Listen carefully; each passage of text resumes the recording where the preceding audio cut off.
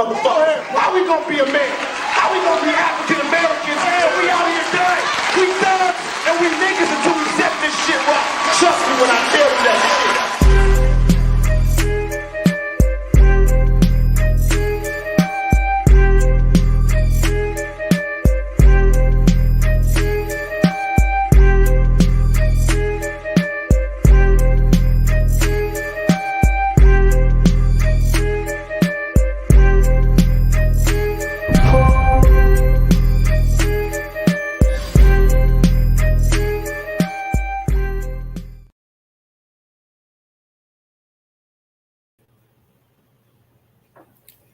G-check. Definition. A, the art of putting somebody in their place when they cross that line, lineage line. B, the art of making somebody find out if they fuck around. Checkmate. We already put to rest the Pan-African scam Africanisms. We done already put to rest the all lives matter.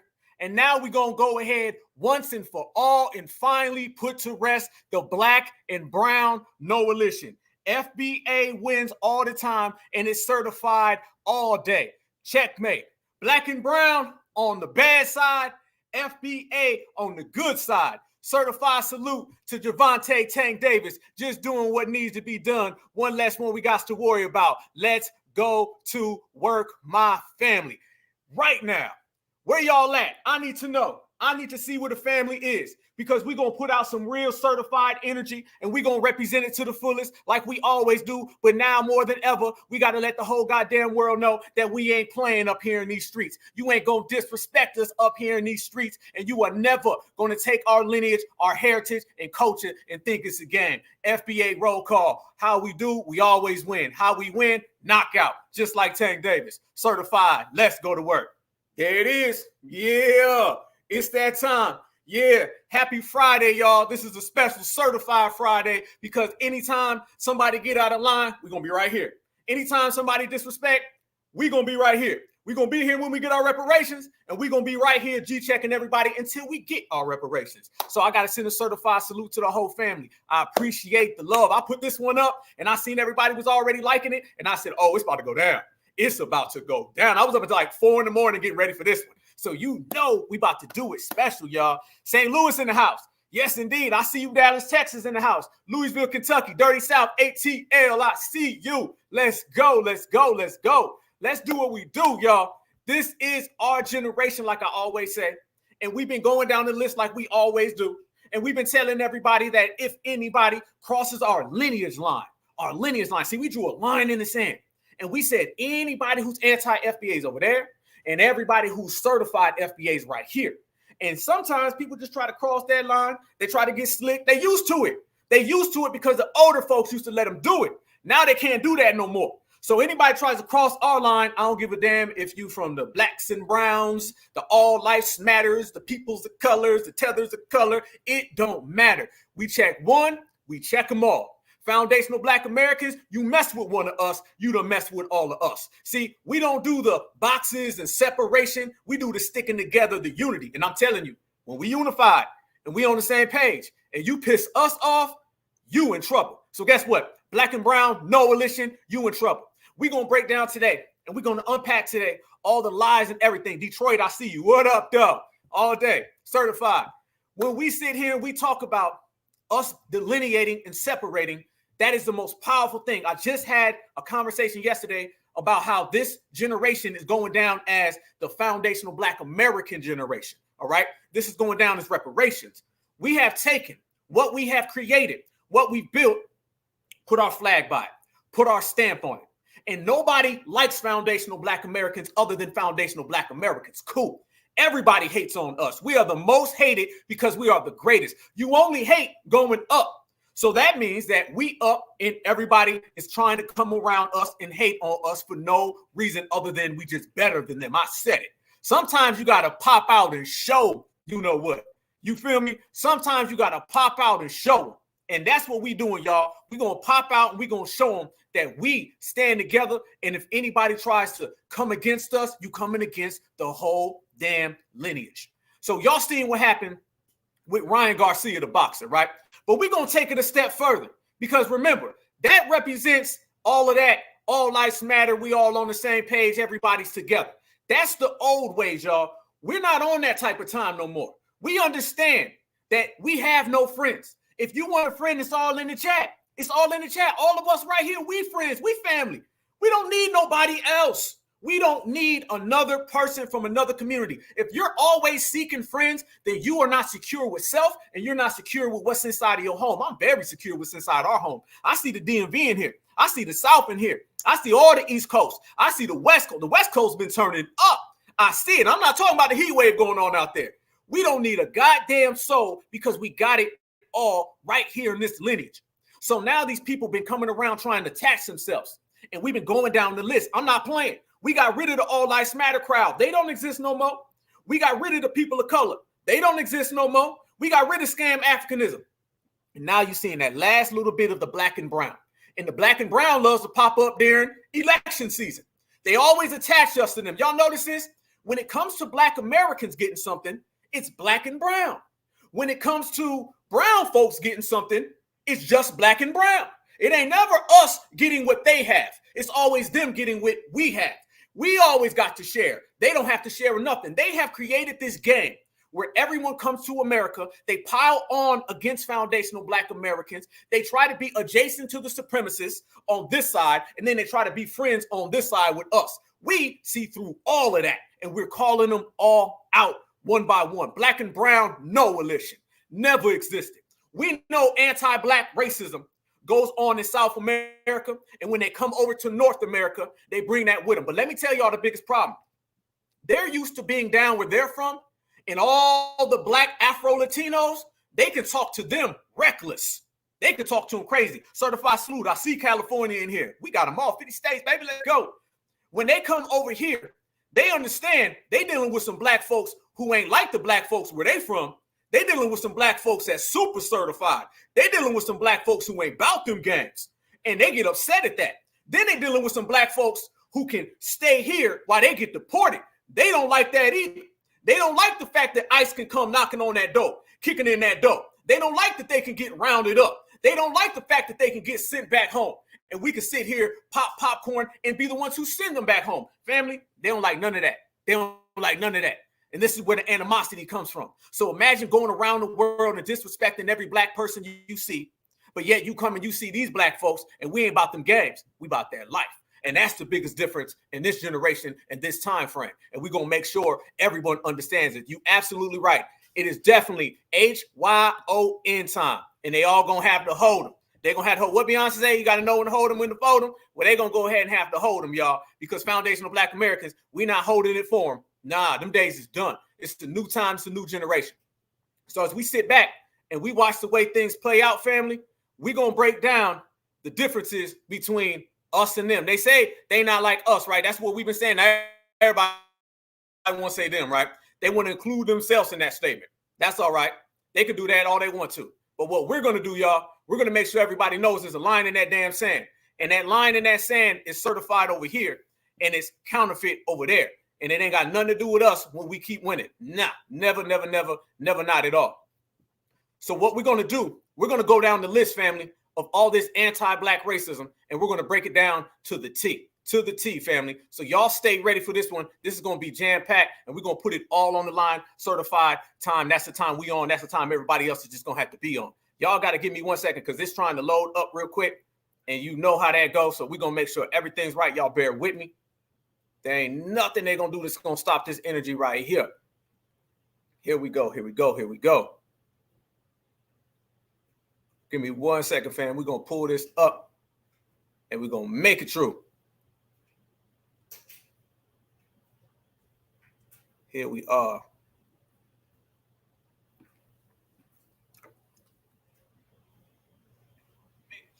This is it right here. Here we go.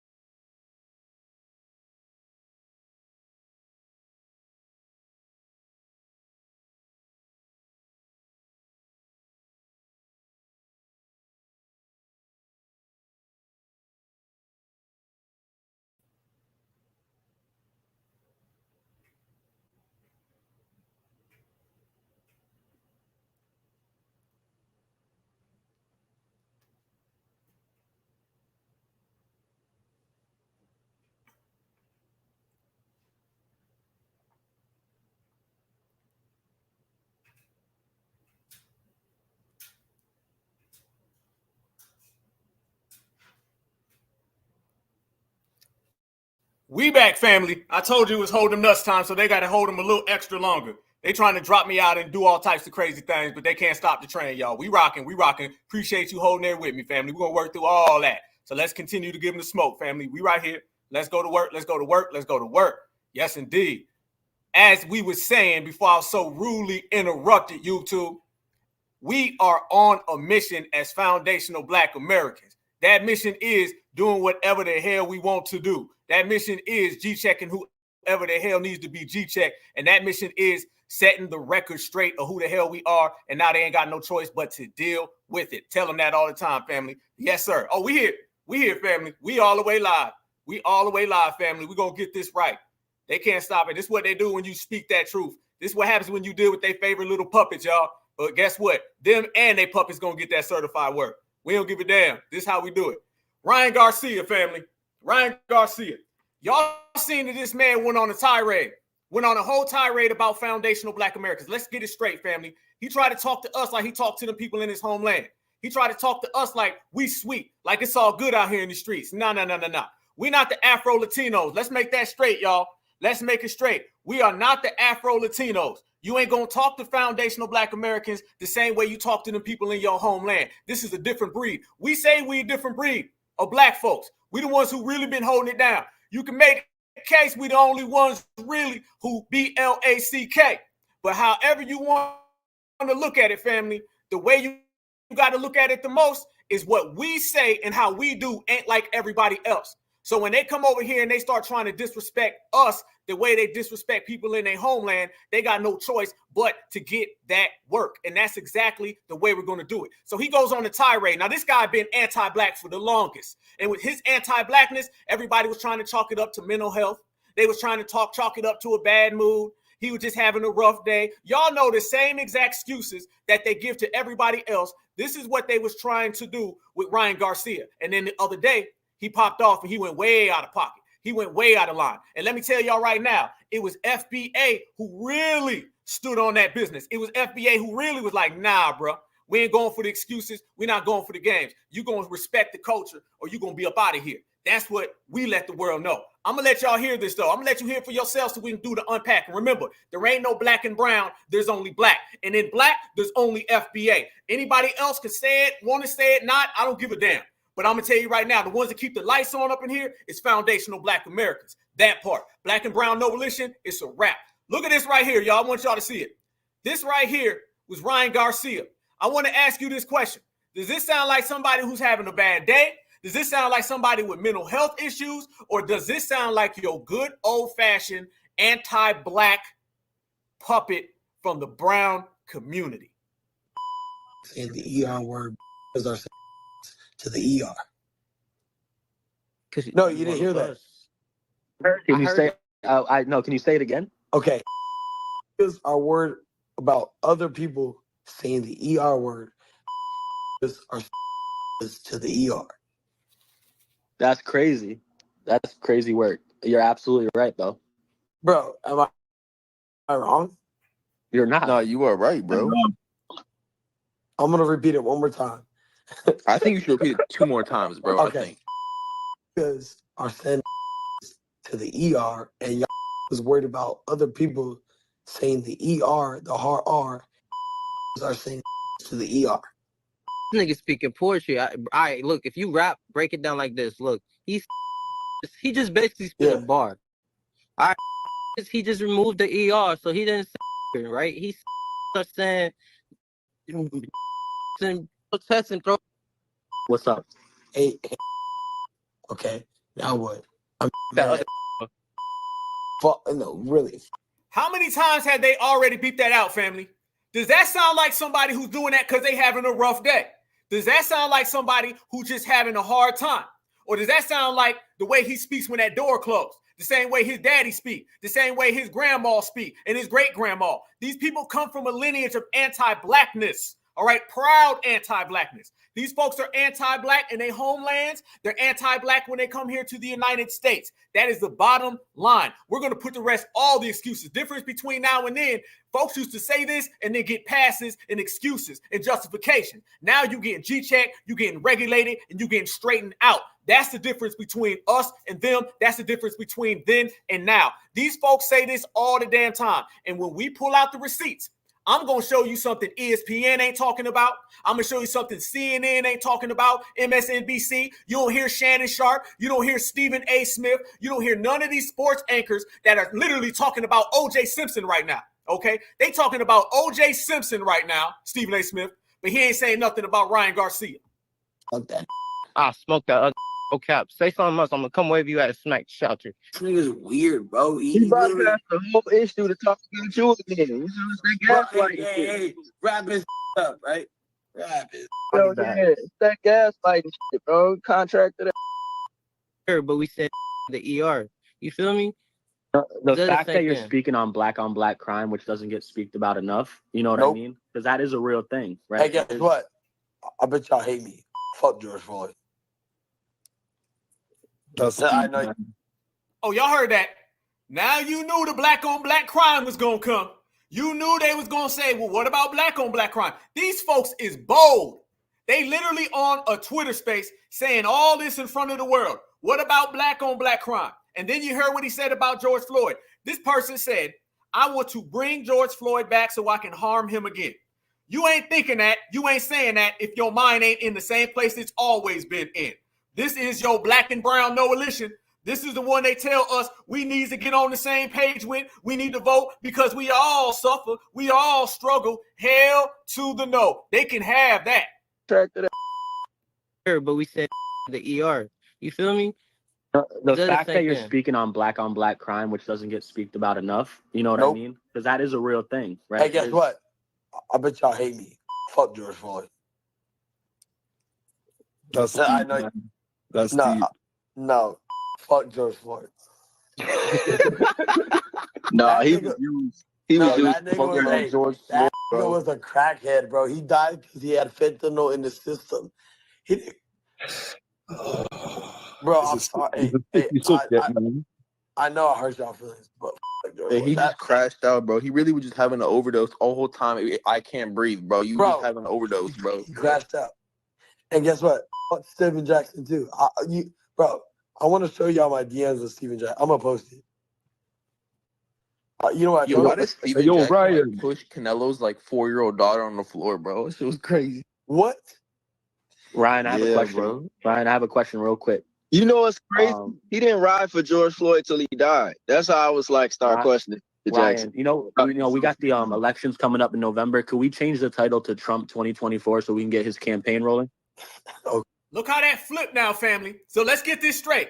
It went from saying NIGGER, bragging about it, trying to do some little rap about it.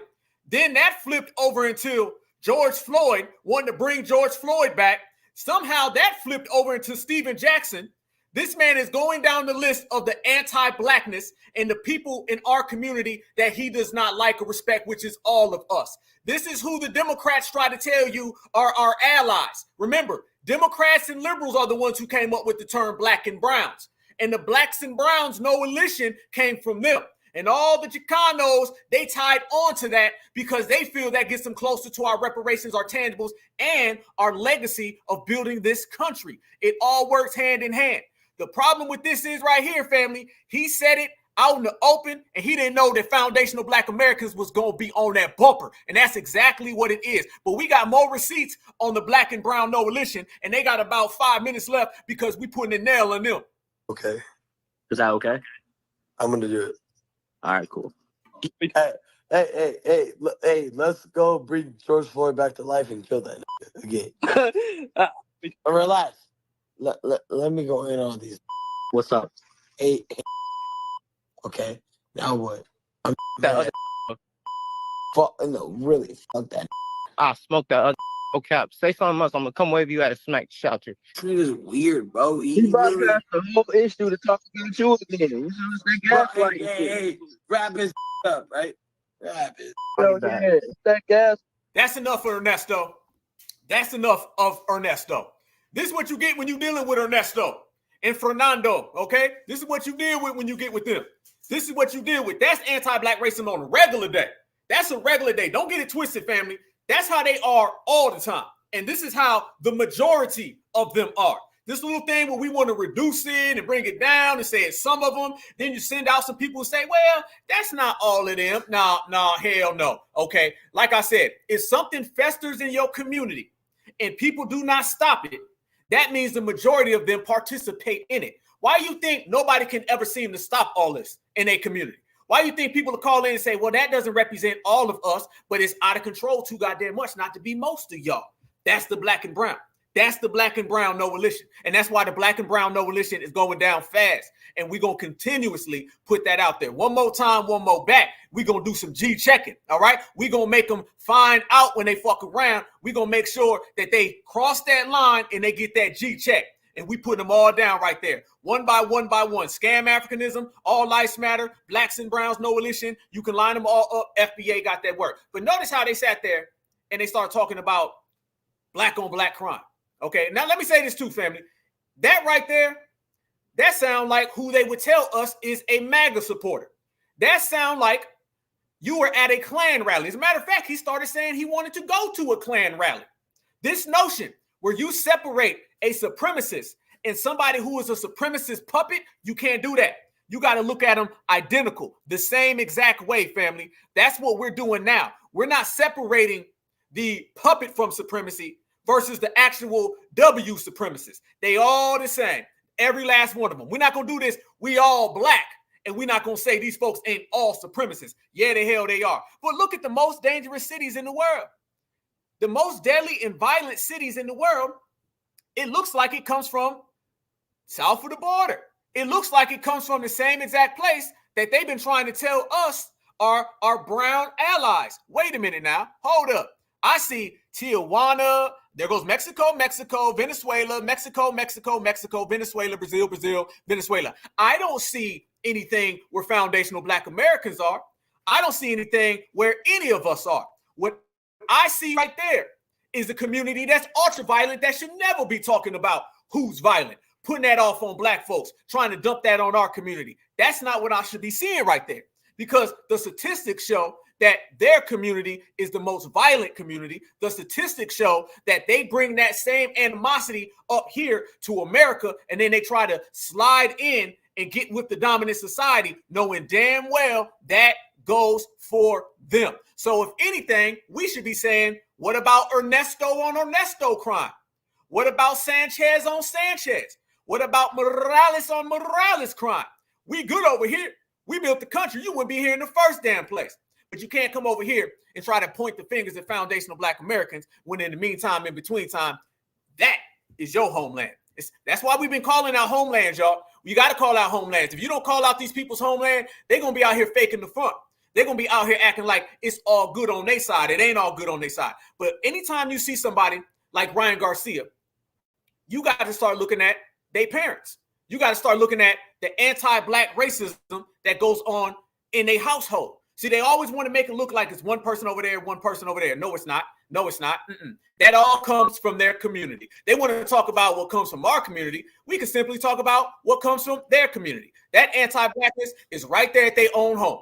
That anti-blackness is right there where they are. That anti-blackness comes from their mama, that comes from their daddy. But y'all know right after that, when brothers and sisters was calling him out, when people started trying to make excuses for him, he came out immediately after that and he said, I ain't apologizing. Yesterday, he had this whole tirade about black folks. Then he tried to flip-flop, family, and then he started trying to say, I ain't going to apologize. And then today he did apologize.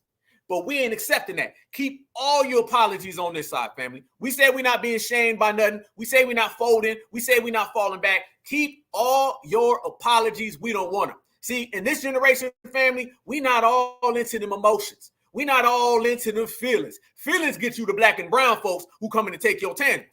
Feelings get you the tethers who come over here and say, y'all all black, brother, bring your reparations to Nigeria. Not giving a damn gives you people get G-checked and ran out the paint. And I love that way better.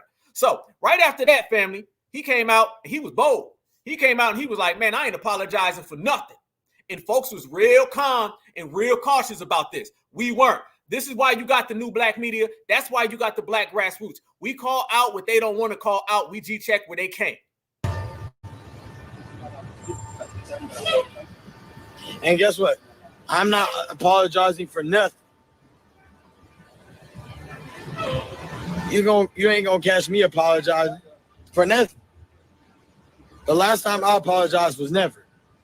So y'all can come and try to touch me all y'all want. Shoot me if you want. I don't give a fuck.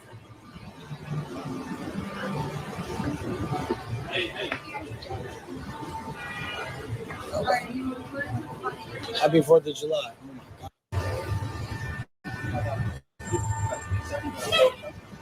And guess what? I'm not apologizing for nothing. See what it is? They get real comfortable, fam, but that's him. That's him right there. Let's talk about his father. Yeah, let's talk about the racism that comes from his dad. See, his dad put out a whole statement talking about we're apologizing for him. He needs the help. Can y'all please help my son? But let me show y'all when his father got into it with the boxer Devin Haney's father. And I want y'all to see how his father was spewing the same anti-black racism. Oh, yeah, that's what we're doing over here on this side. On this side, we're going to show their lineage, and we're going to call out the anti-black racism that runs through their communities. No longer can you try to slide over here and make it look like you one of us, when in reality, you ain't nowhere near us. Your husband, because he's bringing up the bull. Okay. Now, how you going to keep it real? You're a nappy head. At the end of nappy head, I sound like some racist. Yeah. At the end of the day, hey, that's what he's looking like. Us, really got a toupee on. Looking like. I'm sorry. He really got a toupee. Nappy head. That's his father right there, y'all. Take a look. That's his dad. For those who ain't know it, that's Ryan Garcia's father. So when his dad is coming out here now, all of a sudden trying to tell everybody, y'all needs to pray for my son. My son drinks too damn much. My son got a problem. No. Y'all are all anti-black. And your son is spewing the same exact things that you be spewing at your own household. What's done in the dark comes to light, fam. They may not have connected these dots back in the day. They may not have exposed this 20 years ago. But if you slip up, FBA gonna be on you. So once again, keep the apologies, y'all. He wasn't apologizing when he said nappy hair. So think about that, y'all. From Ryan Garcia and his father, we've already heard black on black crime. We've already heard nappy hair. We've already heard that they want to bring back George Floyd and harm him again. This is what we heard. This is what they said. This ain't what we saying, family. We ain't making it up. We only bringing it to light. This is what you hear. So when somebody tells you, man, y'all got to stay away from Donald Trump and all those MAGA, what about these people? It's funny how you can tell us on one hand, we need to stay away from Donald Trump and all the MAGA folks because they so racist. But yet you'll sit there and see something like this and you'll say, y'all are all the same. One more time. I don't respect the man with the toupee over there, your husband, because he's bringing up the bull. Okay. Now, how you going to keep it real? You're a nappy head. At the end of nappy head, I sound like some racist. Yeah. At the end of the day, hey, that's what he's looking like. He really got a toupee on. Looking like. I'm sorry. He really got a toupee. Nappy head. Listen, us African Americans, we have more coarse hair than you Latinos, but that don't make our hair nappy. But that does not make our hair nappy. So don't get it confused. I don't care about all facts or whatever you got to say. At the end of the day, we're African American. Family, Devin Haney doing too much explaining for me. Let me ask y'all a question. If somebody said that to you right now, let me ask all y'all. If somebody said that to you right now, would you be doing as much talking as Devin Haney is? See, you got to be careful. These boxers, family, these boxers, let's keep it a buck. A lot of these boxers are very similar to these entertainers. It's still entertainment. It's still entertainment, family. Devin Haney he doing a little too much explaining. Why are you going to try to sit there and give this man a lecture on course of hair and hair texture? Do you think Mr. Ernesto gives a damn about the texture of your hair? He don't give a damn, family, okay? You think he really gives a damn about you saying, wait a minute now, just listen to what I'm trying to say. I just feel that our hair is different. So you think you're going to change his mind? Why you want to change his mind? Man, we ain't playing with these people. This certified foundational Black Americans, we're going to put in the work that the older generation did not put in. We're going to put in the work that the Black folks around this planet Earth let slide. You ain't talking to no FBA like that. You ain't talking to no certified Black American, whether that's brother or sister. We not going for that. And I don't really appreciate the fact that he's sitting there trying to explain. And I ain't heard much from Devin Haney since this situation. I ain't heard from Javante Tank Davis to keep it a buck. I ain't heard from Floyd Mayweather because Floyd Mayweather, he had on the Lucha Libre coat. He was out here flossing for Devin Haney and his father. We gonna go there. Listen, if it's gonna be real, it's gonna be real. And if you talking to any FBA like that, then you're going to get that FBA work. That'll make somebody clean up real fast. And watch when they say, hold on now, listen, dude said, I don't care. It's fact, meaning I don't give a damn. African Americans, we have more coarse hair than you Latinos, but that don't make our hair nappy. But that does not make our hair nappy. So don't get it confused. I don't care about all facts or whatever you got to say. At the end of the day, we're African Americans and we have a different course of hair. That does not mean that our hair is nappy. Look. Let's keep it moving. Stop. Big problems. And that's good. Because that's what we're here for, family. We're going to do what they don't want to do, okay? We're going to say what they don't want to say. We're going to speak on what they're afraid to speak on. He don't really want to go there. Now, I want y'all to notice, though, the brown guy, he don't care. He said, you got nappy hair. I don't give a damn what. Devin Haney, on the other hand, he wants to say, well, I just want y'all to understand that what I mean is I couldn't really be there. Notice how one is real soft and playing patty cake. The other guy out here swinging the sword. Well, family, I'm going to tell y'all right now, we ain't on that time. And it's funny because as I sit there and tell y'all this, look what just came across my timeline right here, y'all. Check this out. Ryan Garcia, right now, he just put out his full apology, and we going to see it. Now, does this look like what we just heard? Oh, no, he gave a whole apology. Check this one out, y'all. Certified exclusive. You're going to get this right here on the Black Alpha Network. First, look at this. Ryan Garcia, after his dad talked about nappy hair, he said he wants to go ahead and get rid of George Floyd. He said he wanted to bring him back and get him again. Damn, I'm telling you, these folks is vile. He says, I take all responsibility for my words. I misunderstood. I just got a lot of trauma. Already excuses. Family, that's not even a sentence. And he already got 2 excuses. Misunderstood and trauma. That is not trauma. Trauma is not anti-black racism. Mental health is not anti-black racism, okay? Having a bad day is not anti-black racism. It's an anti-black racism justification. Then he goes and says, and it's been a tough couple of months and everyone can tell, but I am sorry. He put it in caps. He put it in caps, y'all. That means he really means it. He must really mean he's sorry because he just said all that junk about George Floyd, said he wants to see Stephen Jackson and fight him.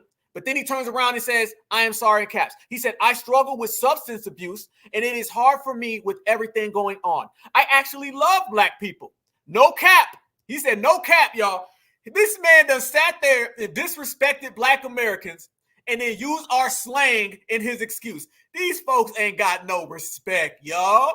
You know that we all about respect, fam. These folks ain't got no respect. The man said, I know I called you Nigger, but no cap. I know I said, what about black on black crime? Even though where I'm from, there's the most crime in the world, but no cap. Then he follows up to say this, family. He says, no cap, which is why I actually said I offended all my black family and friends. How many of them? Yeah, none. And if you do, they some COOs. This sucks, but all I can do is be better and stop using stupid words and letting some people in my circle hype me up. So everyone that I offended, I still stand on stopping black on black crime. He don't blame black folks. You can't make this up. And I hate PEDOs, so that will always remain something I stand on. Family, hell no. Oh, we got to break this down. Oh, we got to break this down. Oh, this got to go. Oh, no.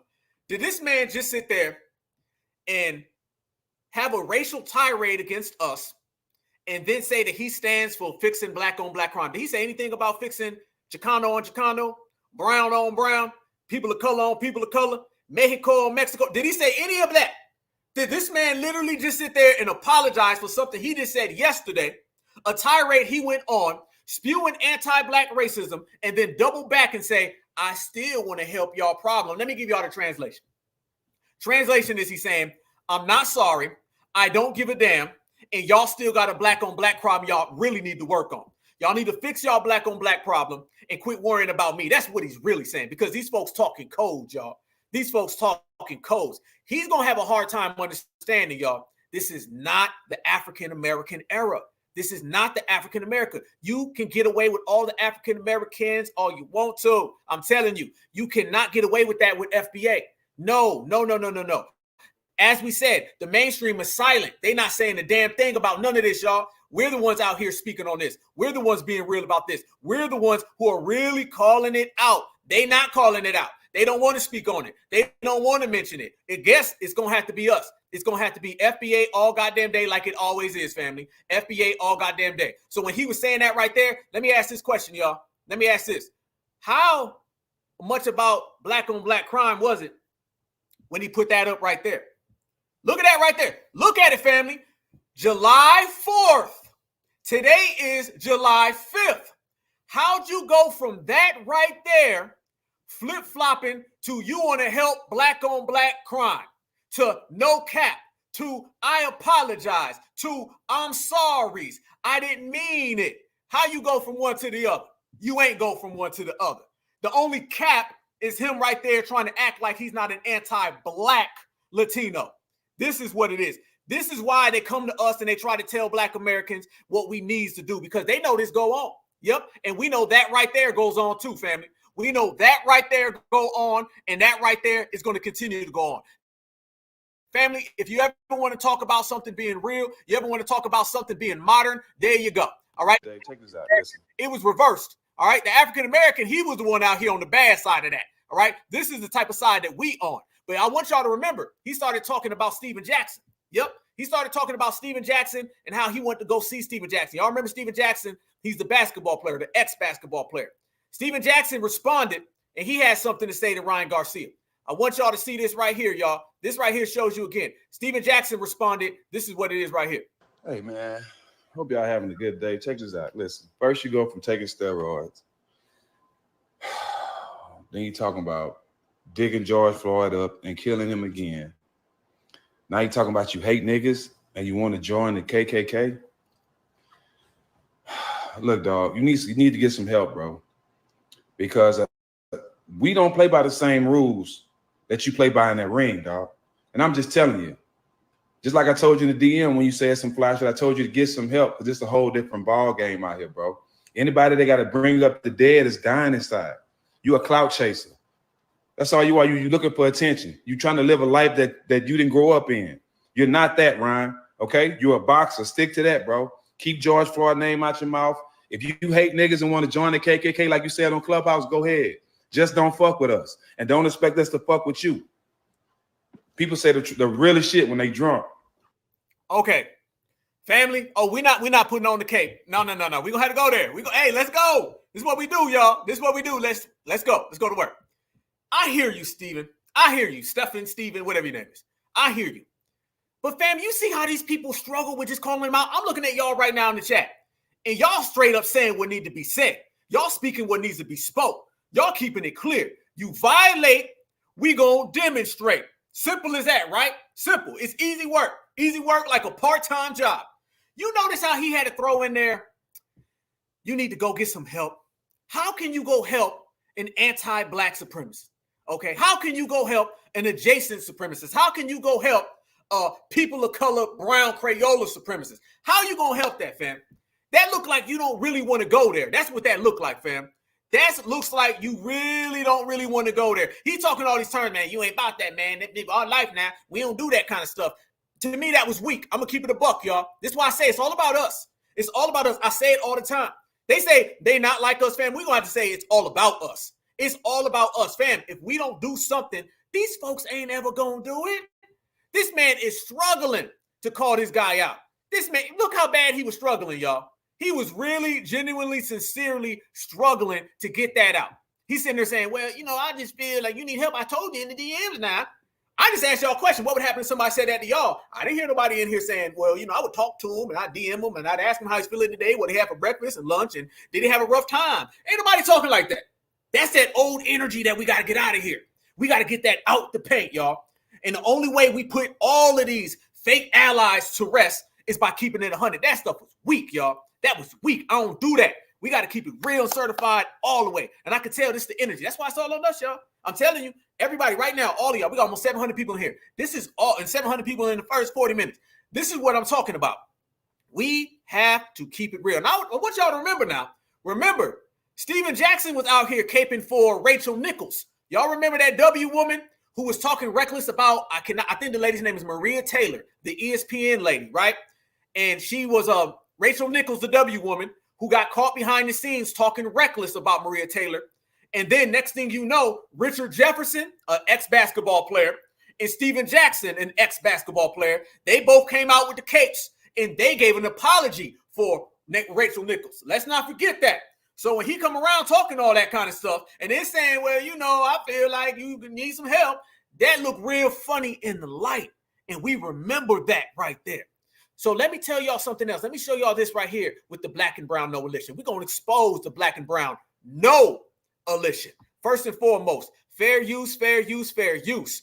Fair use, this video, YouTube, is about reporting, teaching, scholarship, and research.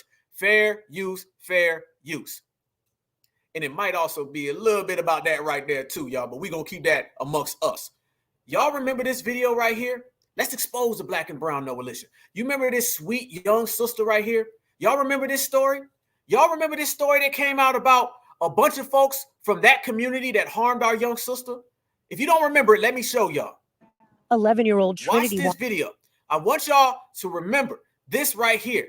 This is the real blacks and browns no alition.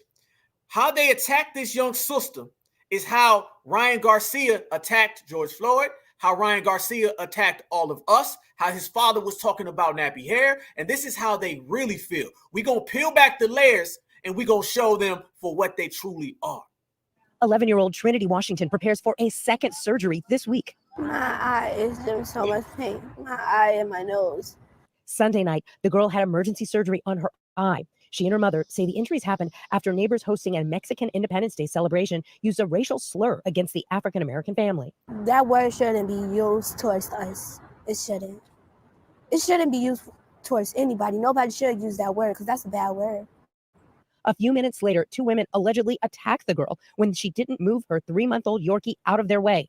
The 6th grade honor student and cheer captain named her puppy Barbie. Washington and her mom say Barbie was stepped on by one of the women but survived. Then they say the aggressors targeted Washington. I looked up. A bottle came towards my face, being thrown to my face. I dropped down because I felt something hard. She punched me in my nose. When she punched me in my nose, I almost blacked out because I fell again. I want justice. I want them to see her. Washington's mother preferred for her face not to be shown on TV. Everyone have been so supportive with just sharing the love, letting her know that she is beautiful. I'm just heartbroken that this happened to her.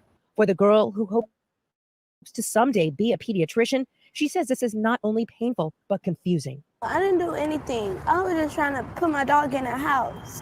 The police report the family shared with ABC7 classified this case as an aggravated battery of a child. Today, Chicago police tell us no one is in custody and the case is being investigated as Washington prepares for surgery tomorrow, hoping it will lessen her pain. Freeze.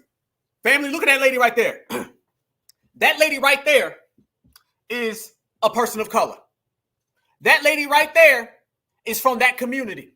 And I want you to notice what they said. They said nobody was in custody. You literally got the video with the girl, the interviewing the girl. It's clear. The police even said what happened in the video.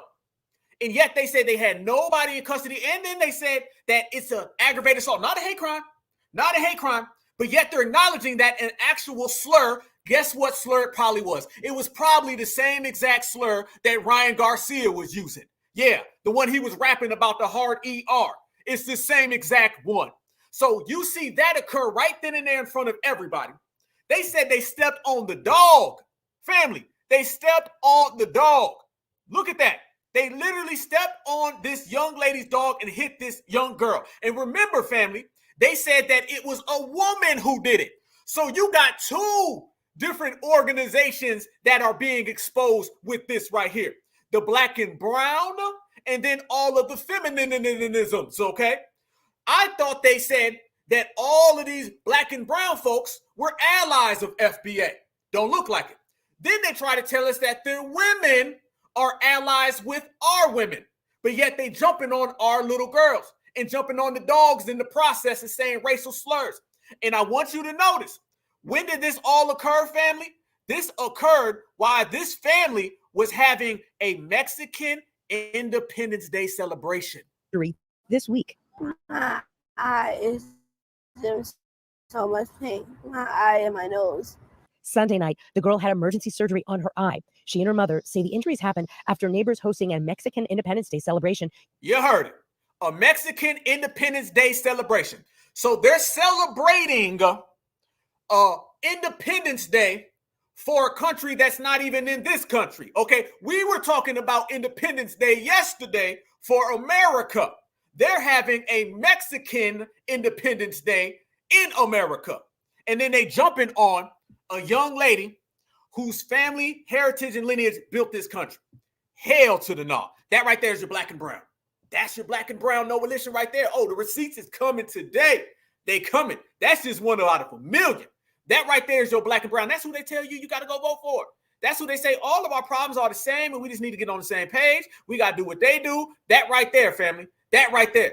So you see already the type of energy that they're on when they start dealing with us. That's the type of energy that they've always been on. They'll never change that up, family. This is who they are. This is the mentality. This is their community. You know it. We all know it. We've seen it. We saw it. It is clear as day and it's evident. The anti-black racism is all there and they don't give a damn. They don't give a damn, family. They gonna come at black Americans all the way across the board, don't matter how old you are. Look at this right here. This is what they hide. We're gonna show some things, fam. You'll never see this coming from the black and brown coalition, and you'll never see this coming from the liberals. No. Felix Torrindianina, Mexican-American president of the LULAC, 1956 to 1960. Quote, let the Negro fight his own battles. His problems are not mine. I don't want to ally with him. One more time. Let the Negro fight his own battles. His problems are not mine. I don't want to ally with him. The man right there is telling folks, I don't want to be your ally. And black folks were still trying to be friendly, diddly, windly with him. The man sitting there right there saying, I ain't your friend. Black folks were still trying to be friendly, diddly, windly with them. This is what we've all know. How the hell do we know all this, family? But yet folks run around here and act like they don't get it. They don't understand. They don't see it. Nah. You see it and you saw it because it's everywhere you look. That's your blacks and browns. That's their community. That's where they come from. That's where they at. And we sit back and we witness and we watch it. And now we got to speak up on it because we are going to be the ones who run all of that completely out the paint. Yes, indeed. Yes, indeed. You see it. You see it across the board. You see it in every element of society. You see it on a regular day at the job. Then you see it all the way across the board, family, with all of this music. They talk about that. Trust me, all that hip hop is 50-50, fam. That stuff comes from what you're looking at right there. Hip hop is 50-50. It's tied into Ryan Garcia. Don't separate it. We don't do that. That's one thing we do. We're not putting supremacy in boxes and all that. We're seeing it for what it is. All that hip hop is 50-50. All that stuff Cologne and Fat Joe and them be talking about, that ties into Ryan Garcia because they all come from the same community of anti-blackness. Yes, that's that Crayola supremacy. Yes, it is. Look at this right here, y'all. I caught this the other day. I want to show y'all. Watch this lady. Look at it says right there. Latinos are hip hop. Watch how she starts running down the thing about Latinos and hip hop. And I want y'all to catch something that I seen right here, other than the bullshit. Latinos are hip hop. That's just what it is. Hip hop began as an art form in New York. It was really for the New York youth in the Bronx, to escape poverty and crime, whatever was happening. Look, y'all, already I caught her 13 seconds in. Look at this, fam. Look how she's talking about Latinos and hip hop, right? Look at her eyes. Look at her eyes right now. She's reading off of paper. We don't have to read about our history because we live it. We don't have a script to follow because we live it. We don't have to go down the path and say, what are the notes? Let me read this on air. Look at this woman, y'all. She's literally looking down, trying to tell us that Latinos are hip hop. You know why she's looking down? Because Latinos creating hip hop, being a part of hip hop, that only exists on paper. That's why she got to read the paper. Look at it. It's clear as day. Latinos are hip hop. That's just what it is. Hip hop began as an art form in New York. It was really for the New York youth in the Bronx, you know, to escape poverty and crime, whatever was happening in the city. This was their way of expressing themselves, kind of bringing themselves out, escaping reality, like moving away from what's going on in the city and just kind of finding themselves through art. And shout out to African Americans who actually created the art form. But here we go. It's a fact that Latinos have been in the industry in hip hop since it started. They're part of the foundation and they're a part of its success. And so I just want they're a part of the foundation. You heard that, right, y'all?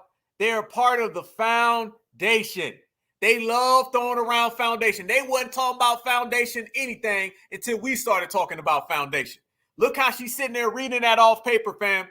Look at that. She's looking down again. Look, you see the notes right there? The notes are right there in front of her. She's looking down. She's reading that. She's reading their history, y'all, because they all been reading off a script. It's the Fat Joe script. It's the Cologne's whole script. It's this woman right here. She's reading it off paper. She says, shout out to Black Americans, but, and then she got to say them and foundation in the same sentence. This is what they're on right here. I just want to take the time to shout out all the Latinos who have really made a contribution to hip hop. So I got a whole list here. Let's talk about it.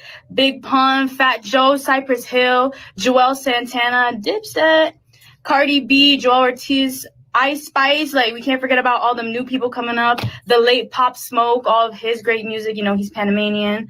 And then we got the DJs and MCs. We got Prince Whipple Whip. He come all the way from the beginning with DJ Kool Herc and the start of hip hop in the Bronx. DJ Juanito, DJ Clue, DJ Enough, all the New York DJs that I be listening to all the time. Who all cosplay Black Americans to the point where a lot of Black Americans don't even know these guys are Latinos. Let's be real. You weren't claiming half of them folks because if them folks went back to their homeland, y'all would be running them out the paint. Stop playing. They only start claiming the darker Latinos when them darker Latinos start getting success over here. Okay? Trust me. If them folks went right on back to where they from, they would be out there in the slums like the rest of the Afro-Latinos. You can look at the statistics to prove it, family. You can look at the statistics. As we proceed. Shout out to y'all. And we can't forget notable Latinas in the industry who maybe are not on the creative side making music, but they still making waves, I'm going to tell you that. So shout out Angie Martinez, Kim Osorio, all the people who are working in hip-hop as Latinos. Hip-hop is Latino, okay? She stopped quick. She said all the Latino women. Angie Martinez. She couldn't go no further. She couldn't go no. When you say all, you got to give me at least 5. She couldn't even give us 3. I ain't even heard of the other person. I know Angie Martinez. I don't know the other lady. Okay, because they ain't done nothing. They ain't done nothing. They never have. That is exactly the type of time that they have always been on. And let me tell you this, family. The reason why they get away with all that and the reason why they run that type of game in their homelands, I'm going to show y'all this right here. Let's expose the way it really is. This is what goes on in a lot of these places. Look at this guy. I'm going to show you right here. This person come out and speak about what really goes on down there in Latin America, and you can see it. Watch this right here. Anti-blackness from Latino employees. It's the Black and Brown Coalition, all right? They had a study that came out. We all seen it, that in California, the majority of racial issues were Latinos being racist against Black Americans. Watch right here. Does it surprise you that California's largest racial bias cases are of Latino employees discriminating against and abusing Black employees? So this is what's happening. The LA Times reports that Black employees were being called the N-word, having bananas waved at them, and subject to other intolerable work conditions at the hands of their Latino supervisors and peers. One Black man even experienced night terrors and was diagnosed with PTSD after the racism he experienced. But it also went beyond insults. Latino supervisors would needlessly fire Black employees and or pass them up for roles for less experienced Latino employees. And recently, similar incidents occurred at a UCLA hospital, a Century Valley vegetable farm, and a San Diego college. According to the article, one LA attorney said that 20 years ago, the feeling was that minorities could not be discriminated against each other. But in answer to my original question, the article also points out that anti-Black prejudice in Latino-dominated workplaces comes as no surprise to scholars of race relations due to a shared legacy of slavery and racial prejudice in the U.S. and Latin America. Does it surprise you that California's largest... I got to say this, fam. I got to say this. We got to talk. Let's talk. We a family. We got to talk. We got to talk about this. You see that goes on out there in California, okay? It's a numbers game. It's a numbers game. That goes on out there in California. Right now in the chat, how many people I got in the South? I need to know where the Southerners at. I need to know where the South is. The South in the house. I got to ask this question. Because what you see, family, is the dominant society trying to turn the South into the West Coast and the East Coast, okay? You got to remember, when you start talking about these ocean fronts and these border places where people are coming to, those are typically the first places they go to. But let me ask my brothers and sisters right now in the South, okay? Would that go on in the South, y'all? Would that go, literally, would that go on in the South? Would you have Latinos on the job G-checking black folks? Would you have these top-ranking officials allowing that to happen? I need to know these things. Maryland does count. Maryland counts, 7. Yes, it does. Yes, it does. Even though I think y'all a little more East Coast than y'all want to say, but it's all love. It's all love. Okay. Would that go on in New Orleans in the 504? Would that go on in the 504? Would that go on in North Carolina? And I'm not even playing no regional banging stuff because we all family. But I'm asking the family, would that go on this? I'm in the South, and I'm telling you right now, how many times have you heard those stories in the South? They know better. They know better, family. They know better. That stuff would not go on. GA in the building. Y'all know what's up. You heard stories all the time in Chicago. You might hear them in Ohio. You might hear them up down the East Coast, New York. You might hear them in the West Coast where they out there putting hands on young kids and firebombing homes, all types of crazy madness that you see they do. Just loud music and a bunch of Latinos jump on a black person. How many times you ever heard that go on in the South? That don't happen. They know better. They know better. It don't go on like that. Now, what I will say, the folks out there in Cali who on code ain't letting it happen. The folks in New York who on code ain't letting it happen. So I do want to say that because folks make it look like just they doing this everywhere and they running up on folks. It ain't really like that, okay? They know on the West Coast who not to play with. They know on the East Coast who not to play with. But in the South, they just stay away from us. They say, I'm not even going to try that stuff. They know better. They know better. Let me tell y'all remember it's coming up about the year anniversary of Montgomery, Alabama with them folding chairs. That was with the dominant society. You know Ernesto Julio Estrada, he definitely know better. He know better. In a lot of these towns down south, you know what I'm saying? They know. They walk right around. They walk right around. They know. They see us and they be like, damn, I can't pull that stuff. So they kind of get this little thing where they be kind of low key. They be kind of quiet around us in the South. They kind of just stay low key because in some of these places, man, it'll go real bad, real fast. And let me tell you where it's the most active. In the South, you don't really have them in high positions of power. So you might go to New York or you might go to California, and these folks might be your doctors. They might be your lawyers. These folks might be the judge. They might be the city council, maybe the police officer pulling you over. When you start getting to the South, these folks don't have those positions of power. They can't just talk reckless to us down south. They can't do that. You're not going to go in front of too many Latino judges down here, and they're going to be just throwing the book at black folks. That is the reality for a lot of our brothers and sisters elsewhere. So that's one thing. They know what time it is. They know what time it is down south. That's why when I gave my speech, not at the rally for reparations, when I gave my speech at the Fulton County, Atlanta Reparations Task Force last year, when I gave that speech, I said, FBA South is here to stay and FBA South got something to say. Because I wanted them to know that if they think they're going to pull them games, what they pull out there on the West Coast down here in the South, that ain't happening. FBA South got something to say. And you're not going to run us out the South. Remember, Stacey Abrams was talking about black and brown. Raphael Warnock talks about black and brown. You don't see them getting that off down here. Stacey Abrams lost. Raphael Warnock tried to hit us with some black and brown stuff. And he almost lost to Herschel Walker. And now he said, I'm going to be quiet. Because he knows all that black and brown stuff ain't going to win you an election down here. Okay? That lady out there, Nuni Martinez, that was talking all that stuff about that little boy out in California, she can say all that in California because all the constituents were other Latinos. And then the community says, we going to vote for her. They got to cater to the people out there. You ain't catering to them. This is our turf down here. So we know what type of time it is when they come around. Let me show y'all this right here, family. Let me show y'all this right here. Shout out to all my brothers and sisters in all the 50 states, though. We riding. We riding, y'all. Check this out. Here we go. Watch what they be saying about us, family, on the low. Watch this guy talk about they need to boycott our music. Oh, man, they got Anna. They got some serious Anna. That's all good, though. Duende again, and you know I gotta speak on this. First of all, when we lash back and start getting racial, we ain't no better than them youngsters doing that shit to our people, Pedro. So let's recognize that first and foremost. Let's be bigger than that. You guys really want to fight against what's happening to our people? I'm gonna tell you what you do. Stop supporting their music, okay? That's the biggest way fuck fighting is. We ain't gonna get nowhere but get our people deported and arrested and catch cases, get our little homies' future fucked up. Stop supporting their music. We're the biggest consumer of hip-hop in the whole fucking country. We are hip-hop. We are what runs it. Without us, they're not gonna get no money. Support Latino businesses, support Latino music, support Latinos in general. Okay? If nobody wants to speak up, I got love for the black community. The community wants to speak up right now. Duende again, and you know I gotta speak up for what? What are they telling you, fam? They create these things in their brain. Dude in here talking about nobody wants to speak up like we're oppressing them. I'm telling y'all, what people do, they come here from their homelands and they're anti-black against us. And then they blame us for their problems. The dominant society comes down on Julio. Julio blames us for it.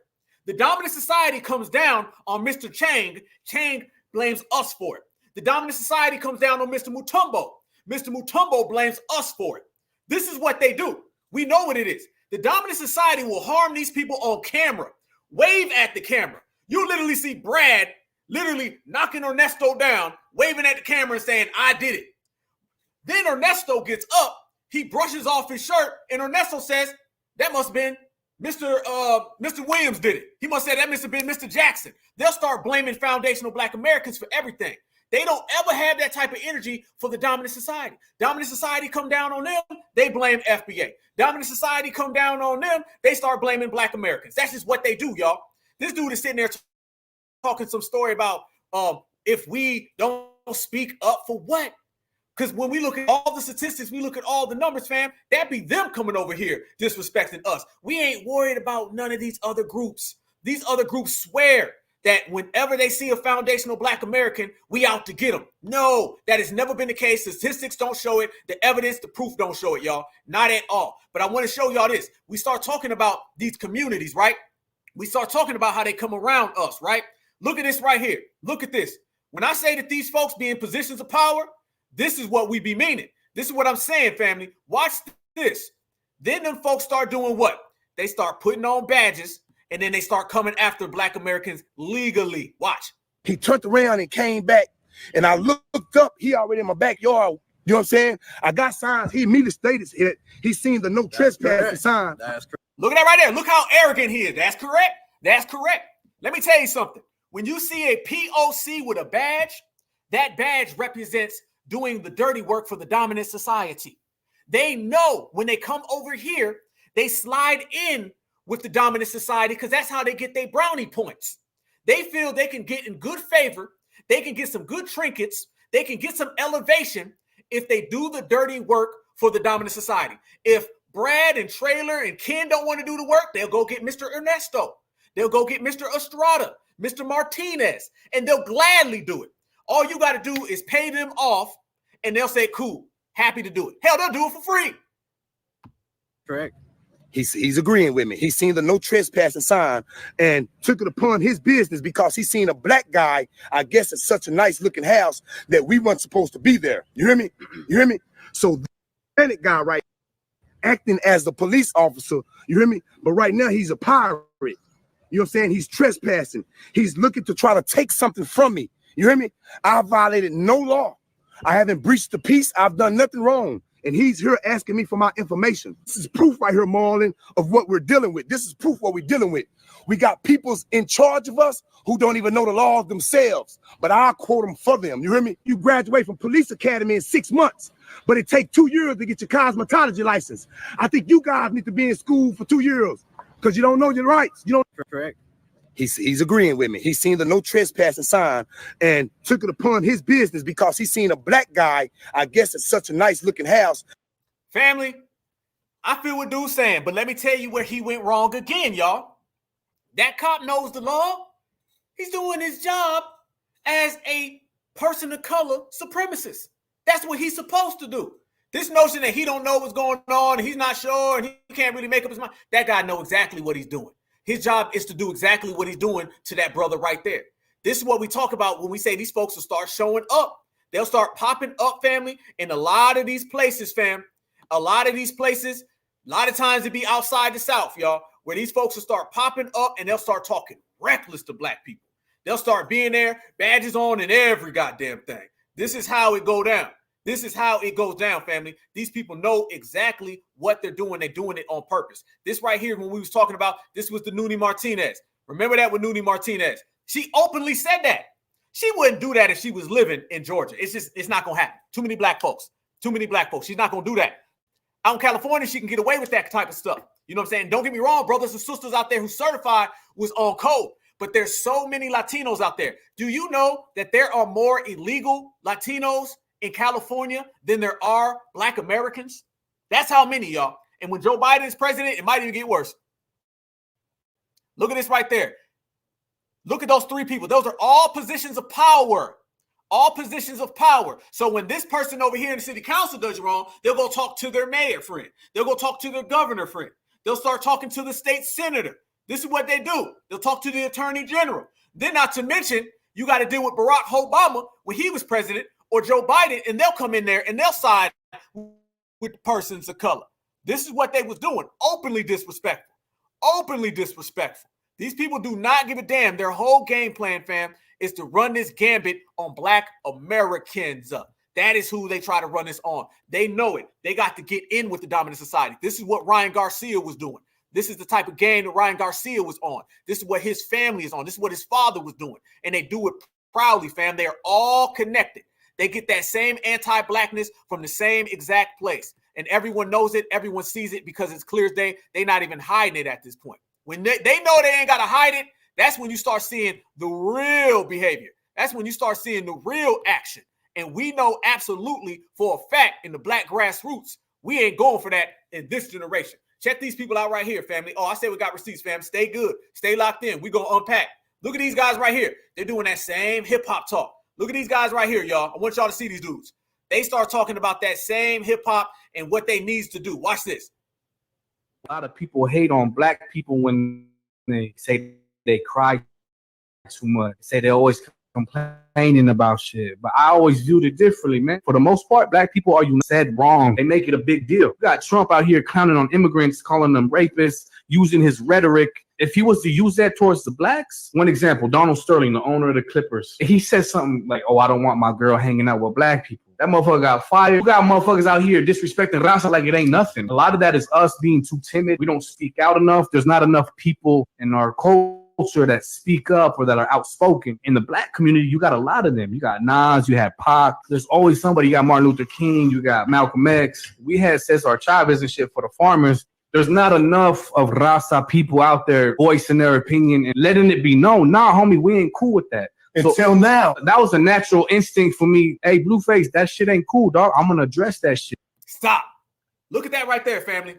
This is why they got to get on our coattails, because they're saying we don't have no activity. We're not politically active enough. We don't do nothing. So they're watching us in that aspect as well. And this is why they occasionally have somebody to come out and say this. Particularly my Mexican people. When you push your internalized racism onto people who are darker than us, you are doing the work of the colonizer. Just because you're a lighter shade of brown doesn't give you any favor with the palm-colored people. They will smile in your face while you clean and build their homes, landscape their yards, watch their children, and work in their fields. Land that they stole from us, by the way.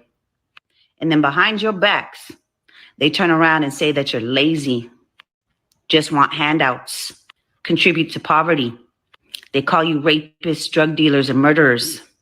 They complain that you're stealing their jobs, yet these are the jobs that they don't want to do themselves. They make you work 20 times as hard to earn the same shit that they got for working 20 times less as hard. They pay you shitty wages, make you work in subpar working conditions, and don't give you any kind of health benefits. If you think you're gaining favor with them by pushing your internalized racism onto our Afro-Mexicans, our Afro-Indigenous, our Afro-Latinos, and our Black Americans, you are sadly mistaken. Okay, and for the record, family, they took this lady's video down. And they better go put her in the witness protection program because I'm sure Ernesto ain't having that. That's what we talk about. This is what happens in their community. They press all of that. So when we sit here and say they take all of that they do in their homeland and bring it over here, that's exactly what happens. Family, look at this person. I'm going to show you this right here. After this lady speaks, this is what we talk about their mentality versus ours.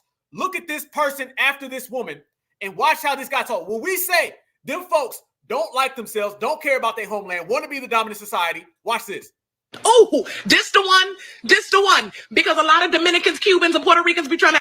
You want to watch this. Family, look how dark this man is. And watch what this guy says. know the reason why Latinos don't consider themselves black is because we were raised different. We got different cultures. We respect each other, one another, no matter your skin tone. And there is a saying in Puerto Rico, si no puedes con el enemigo, únete. Which means if you can be the enemy, unite with them. What? Listen to what this man just said, family. He said, it don't matter your skin tone. It don't matter your skin tone. Look at this man saying it don't matter your skin tone. They all get along. They'll sell you that, family. They'll sell you this. They all get along down there. There's no colorism. There's no caste system. It's just Black Americans who are fixated on race. This man right here is talking about there's no color system in Puerto Rico. And then he turns around and says, we got this thing of if you can't beat your enemy, join them. Basically saying that he done joined them because he knows the role that he plays. That person, and like we always say, the Black folks south of the border, they not like us either.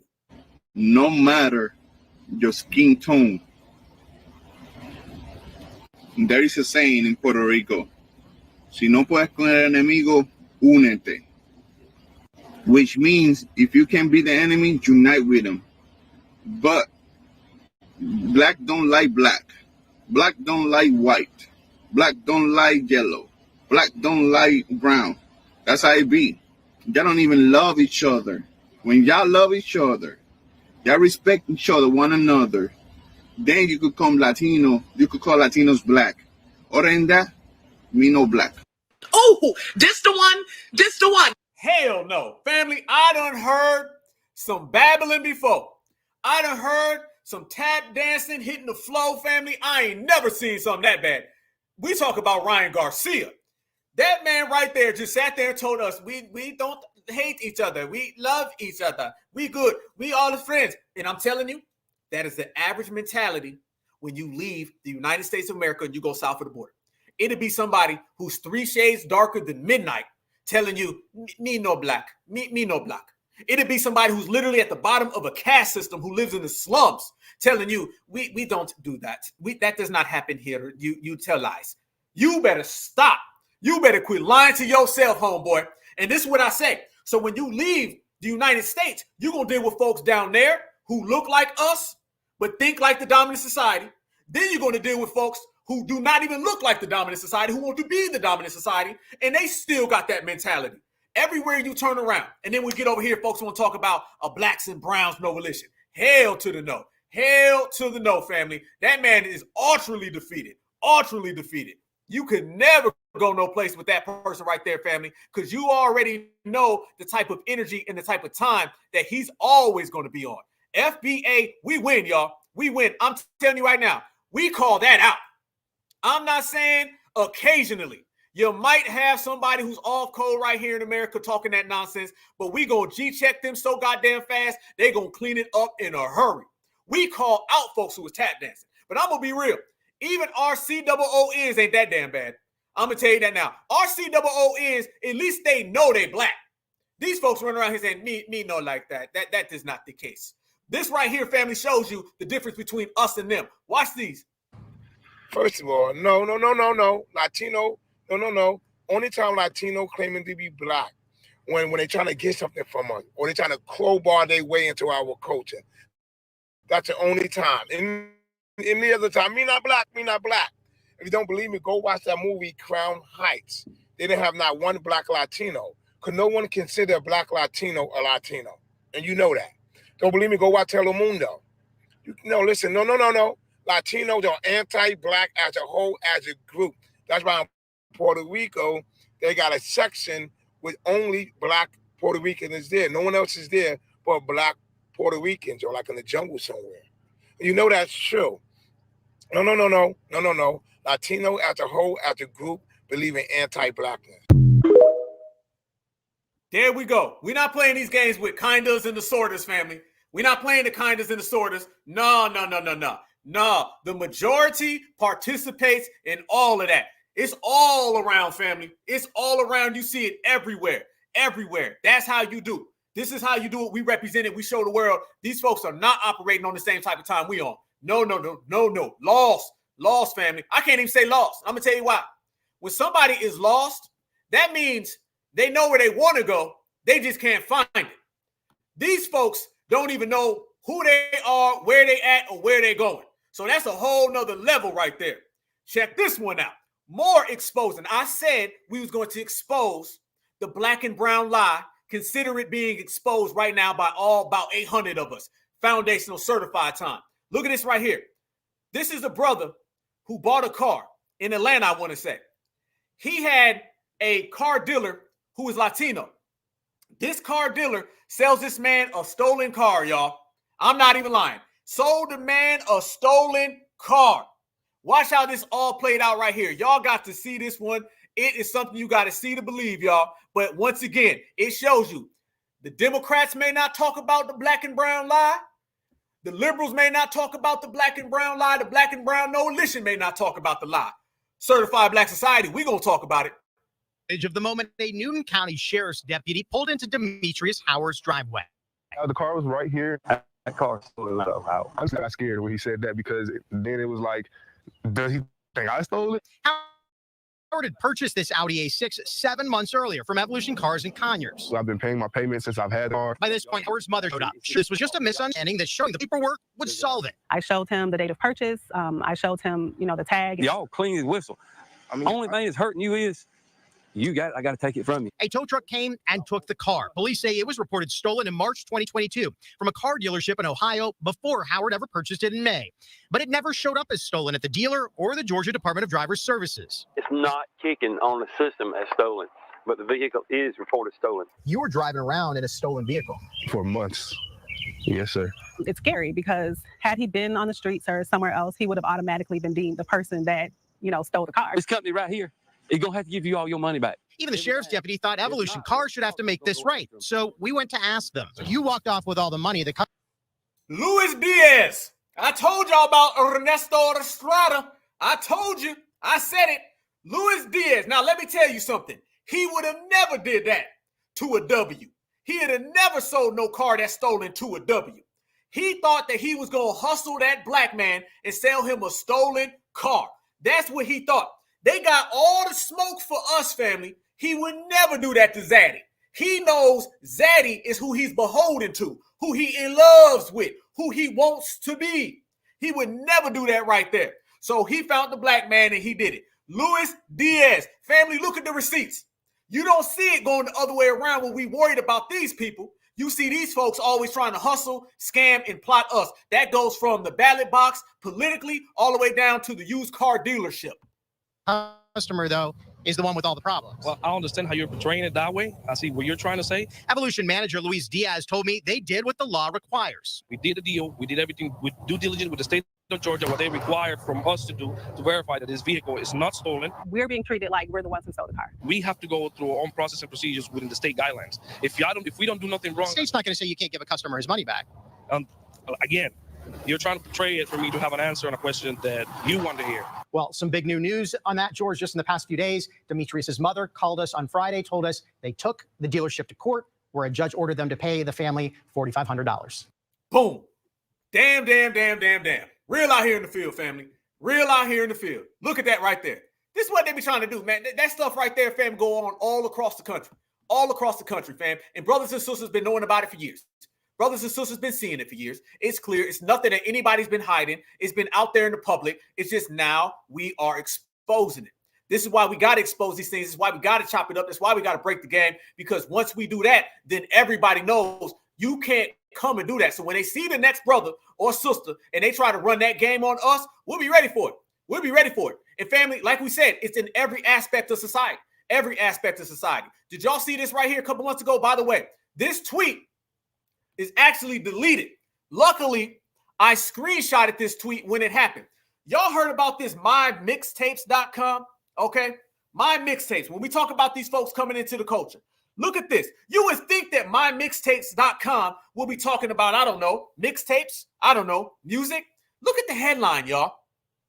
Black couples have the highest divorce rates in the U.S. this year at 30.8. Second come Latino couples at 18.5 and white couples at 15.1.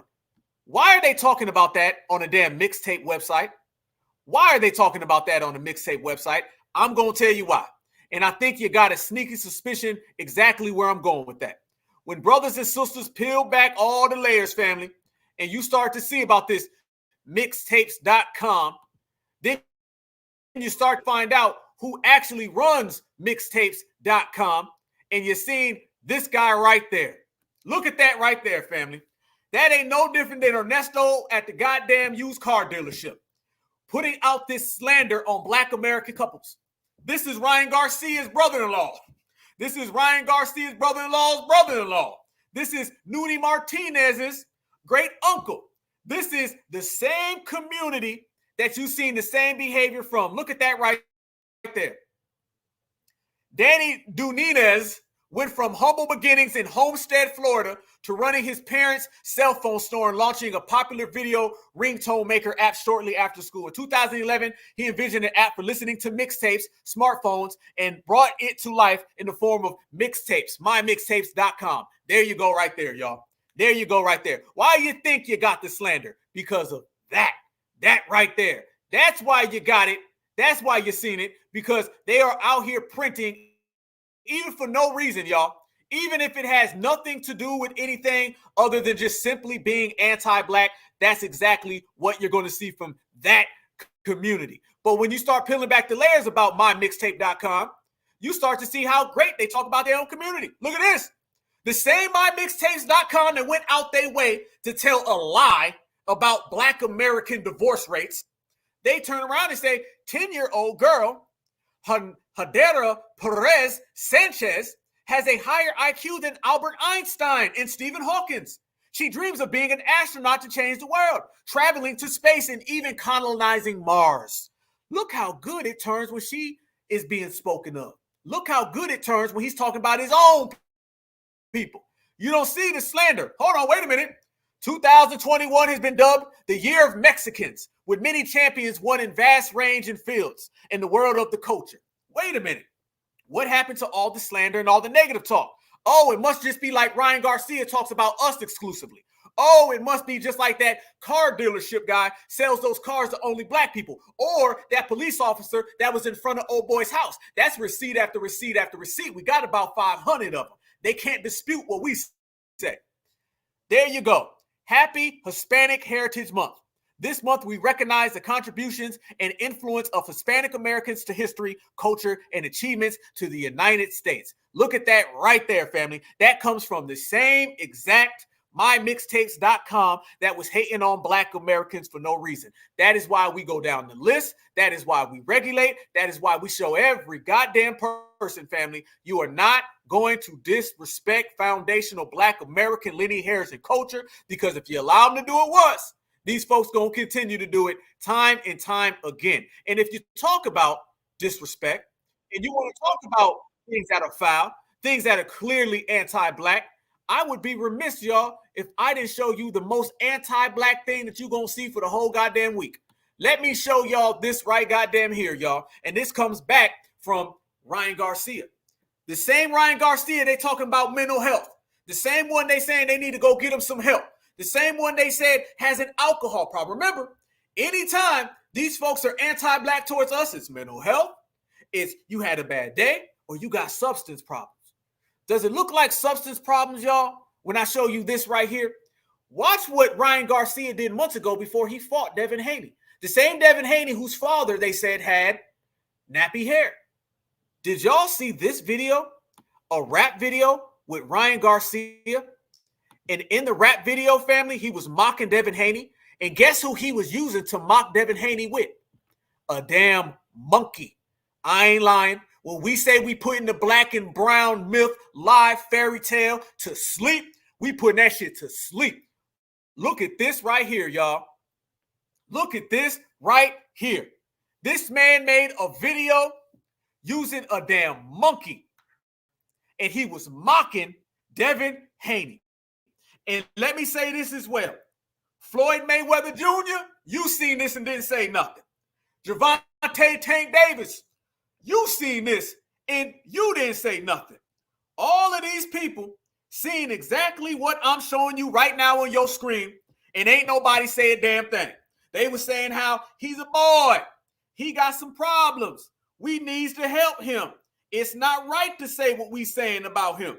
The excuses flooded in quick, fast, in a goddamn hurry. Look at this right here, y'all. How many times have y'all seen this? Is this new to a lot of people? Let me know who's seen this, because I'm telling you right now, this been around. This ain't nothing. We didn't have to dig for this, family. I done had to dig to get more information on things that are way less than this. Way less than this.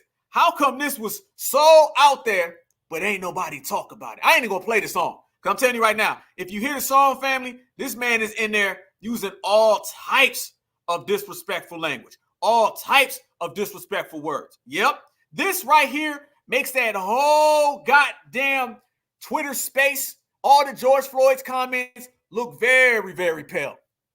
That right there, y'all, that shows you that's the blacks and browns that they want you to vote for. That's the blacks and brown coalition that never existed. That's the blacks and browns, the nappy hairs and all of that.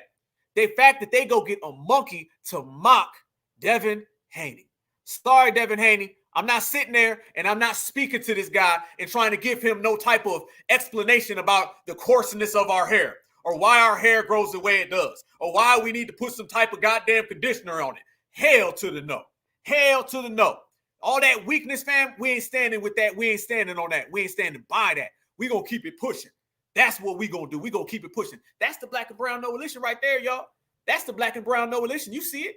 You see the black and brown coalition? Hell yeah. This is it. This is the disrespect that they show foundational black Americans on the day-to-day. And then when we say we're not going to vote with these folks, we say that our problems are not them. When we say they are not like us, then they want to say, well, that's wrong now. You need to do better. Hell no. Hell to the no. We putting it down up in here. This is what it is. This foundational black American. I love exposing these people. This is what you got to do, y'all. You got to stay on it. You got to stay with it. You got to make sure, family, that if they do this to one of us, we got to represent for our own lineage. And let me tell you something else they like to do, y'all. One of the things that they love to do when you start talking about these other communities, they always come in and they disrespect foundational black Americans as a whole. But they also got this thing with disrespecting our sisters. They do that a lot, y'all. They do that a lot. So after this Ryan Garcia situation came up, because we're going to get right back on him.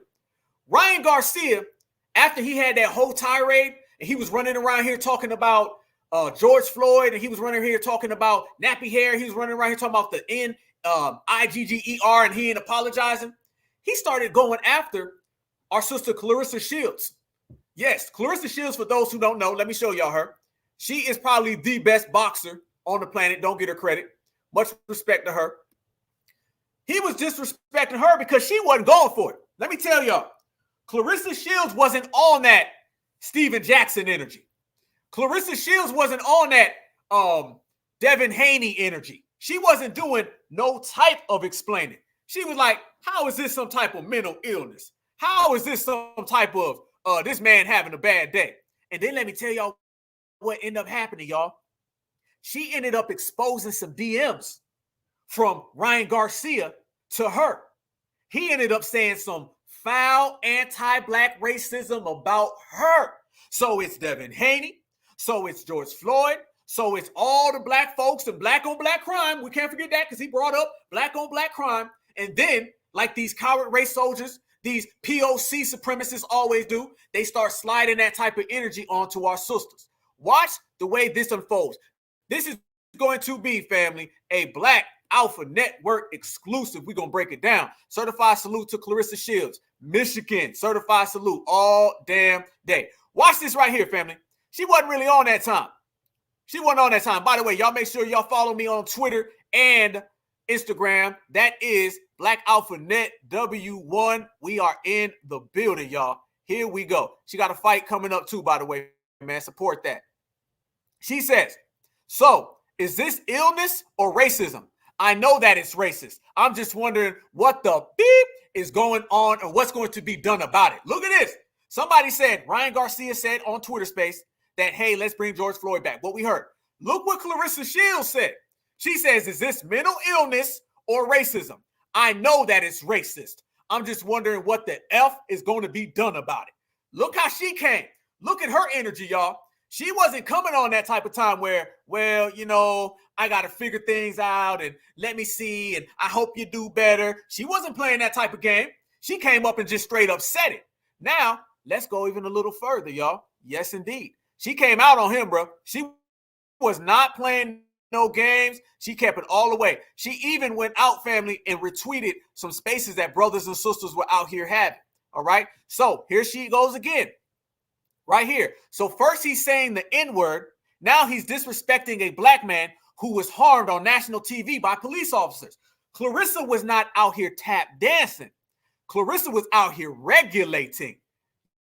Yes, the hell she was, y'all. Here we go. She was out here getting it in. She was speaking what needed to be spoke. And she was telling the goddamn world, nah, we're not going with it. That's the type of energy that we all got to be on, in which we've been doing. She's not out here saying, family, I just think that what could be done is, you know, we need to make sure she's putting up these Martin Luther King quotes right here. There comes a time when silence is betrayal. One of my favorite Dr. Martin Luther King quotes. Look how she posted that right there, family. You know what she's saying? She's saying exactly what my brother Sage said. Where are all of the Hispanics calling him out? I'm going to get to that tweet right here in a minute because my brother Sage put out a tweet and it was driving social media insane. And we're going to see exactly the way these folks really feel.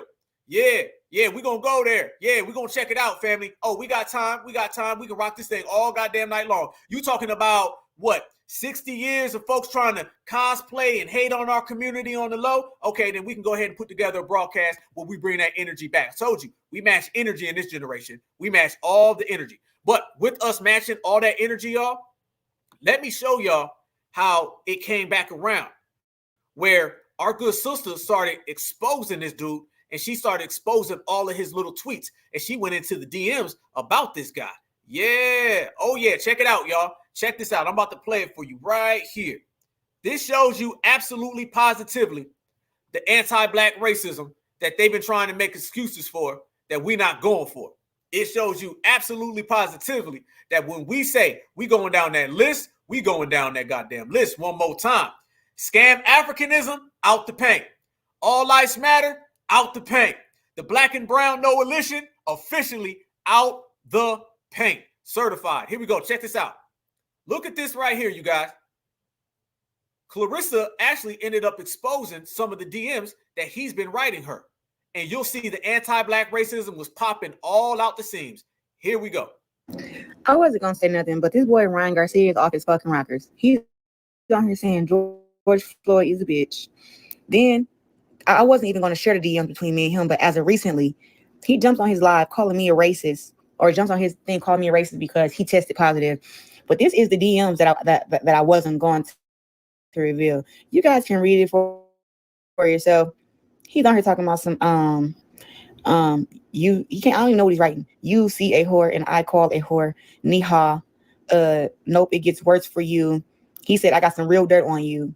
I got some real dirt that stems back to your family, your mom and your dad. I sent him back his self-throwing punches, like, okay. And then he like, I will hit the switch and post it. I'm like, my family as well. This guy is talking about some, you know what your daddy did to you? Like, my daddy did what? Like, what is wrong with you? Then he writes me and said that me and my dad, he said, nah, he effed you. Like, read this. And this is from who y'all are supporting and giving all this recognition to. And he's a drug cheat. So what if he beat Devin Haney? He beat him on drugs, up on PEDs, like he didn't do it fair. So then when I got on my space and I'm talking, he's inboxing me, begging to get on my space. Let me on. He's calling me the B word, talking about some bitch. Didn't I say it, family? This is what they always do. These people come over here. Let's talk about them blacks and browns. We seen the video we showed earlier with the little girl. They got this thing where they come after our women. They cannot stand a certified foundational black American woman, y'all. I got to see y'all with this. Hold up. Wait a minute. Time out. Let's be real. Let's just say what it is, y'all. They got this spite for black people. They don't like black Americans at all. They don't like black people, period, okay? The POCs. But they got this extra spite for black American women. And I'm going to tell you why. Because black American women have more power and more strength than their whole community, including their men. You notice that, y'all? You notice a lot of their men come over here and they hate on our women. Because when they come over here, they see a foundational black American woman who stand on business, who don't run, who stands up to the supremacists. I said it in my speech in Washington, D.C. I gave a whole part that I dedicated to FBA women. I said verbatim, I said, who was it that was healing everybody who was sick on the plantation? A foundational black American woman. It was not Mr. Ernesto. I said, who was it in the civil rights era who was throwing blows at the police without breaking their nails? It was a foundational black American woman who had on the leather coats. Remember, family, the majority of the Black Panther Party, like 80%, were foundational black American women. Let's get that right. That's something they don't talk about in history. So when Mr. Ernesto, Mr. Sanchez, Mr. Ruiz, he come over here and he tuck his tail for Zaddy, and he's scared to even look at the dominant society, but he sees our women feeling strength and power. He gets jealous, he gets upset, he gets envious. Ryan Garcia has that same energy I just sat here and told you with Clarissa Shields. He sees a black American woman who is stronger than a POC man. I said it, we'll say it again.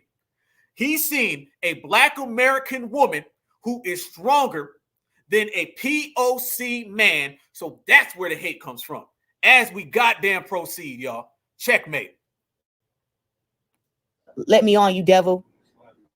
Your daddy is a bitch and your mom is white. Oh, whore. Your mommy is a whore. And then he said, my mom don't have cancer.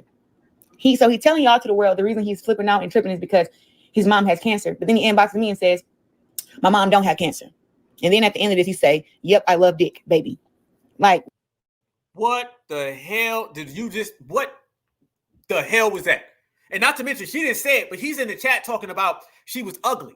He starts saying that too. Yeah, he starts saying, well, you ugly and all that type of stuff. I'm telling you, fam, they deep down inside got a spite for what they cannot be. It's one thing for a man to not be like a man.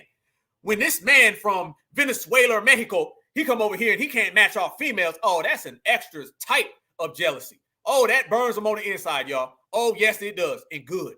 It should be that goddamn way. It should be that goddamn way. We've been making it that way.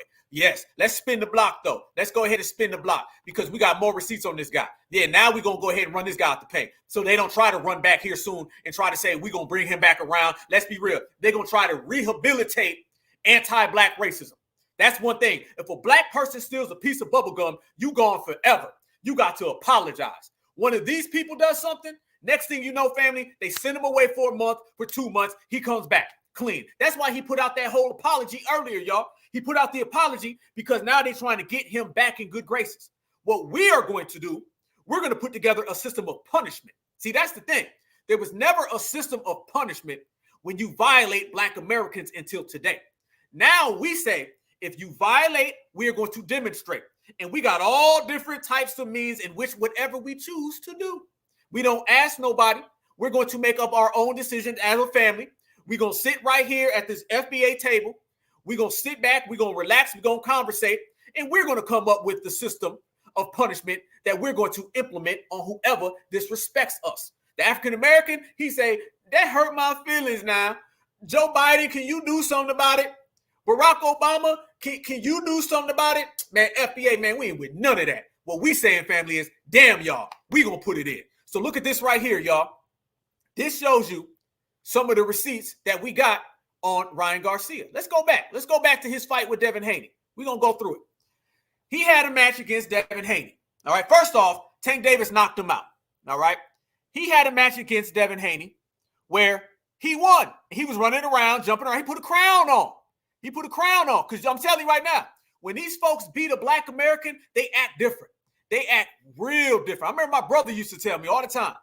My brother said, you notice whenever Karen beats another Karen in tennis, she just kind of like, oh, okay. Whenever they would beat Serena, they would just be jumping for joy, screaming, turning red. It's a different level of energy when they beat one of us because it's coming from a secret place of supremacy. All right. This is what nobody wants to talk about in sports. There's a different level of supremacy when these folks beat us. So whenever you see this in boxing and they get the upper hand on Black Americans, they go crazy. They jump for joy. He could literally win a title against a fellow Latino and he'd be kind of just nonchalant. He could beat a Black American without a title and he'll be jumping up and down. So he thought he was good to go, right? Okay, let's proceed. We're going to proceed. Bam. Ryan Garcia tests positive for banned PED after win over Devin Haney. Garcia insists he's innocent on social media Wednesday night. Interesting. Okay. He tested positive for PEDs after the upset. Okay. Then he says a B sample, he comes back positive for banned substance as legal team denies intentional use. So what happens a lot of times when these folks come back hot, they try to make it look like, oh, I only came back hot because, I was eating something and the banned substance was in there.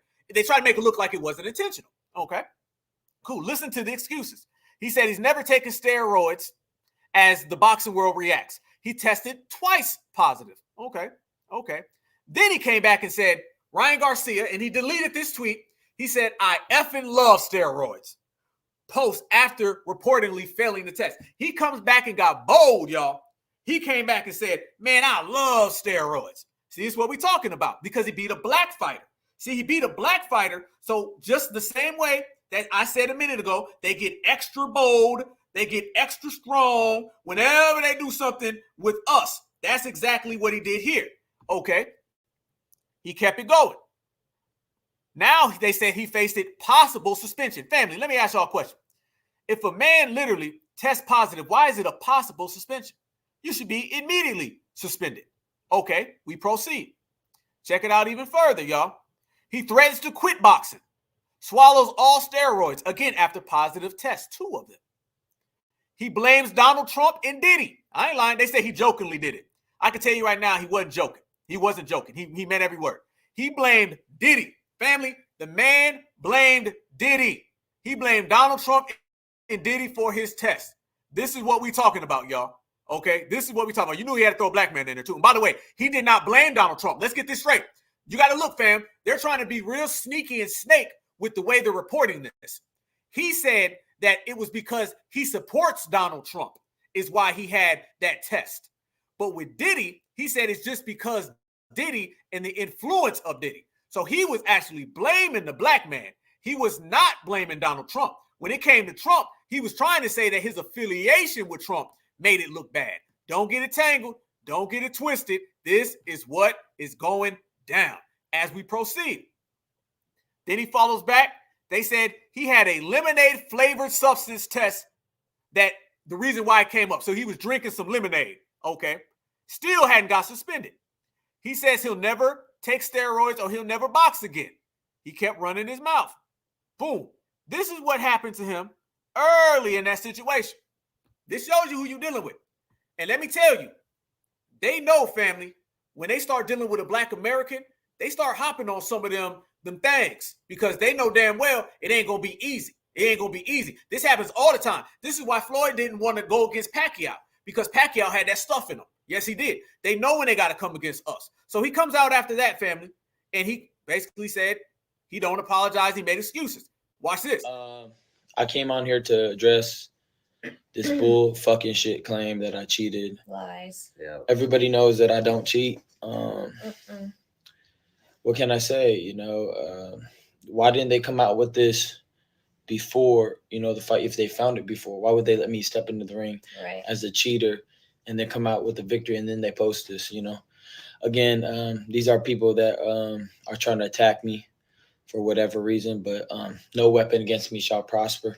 I never taken steroid. I don't even know where to get steroids at the end of the day.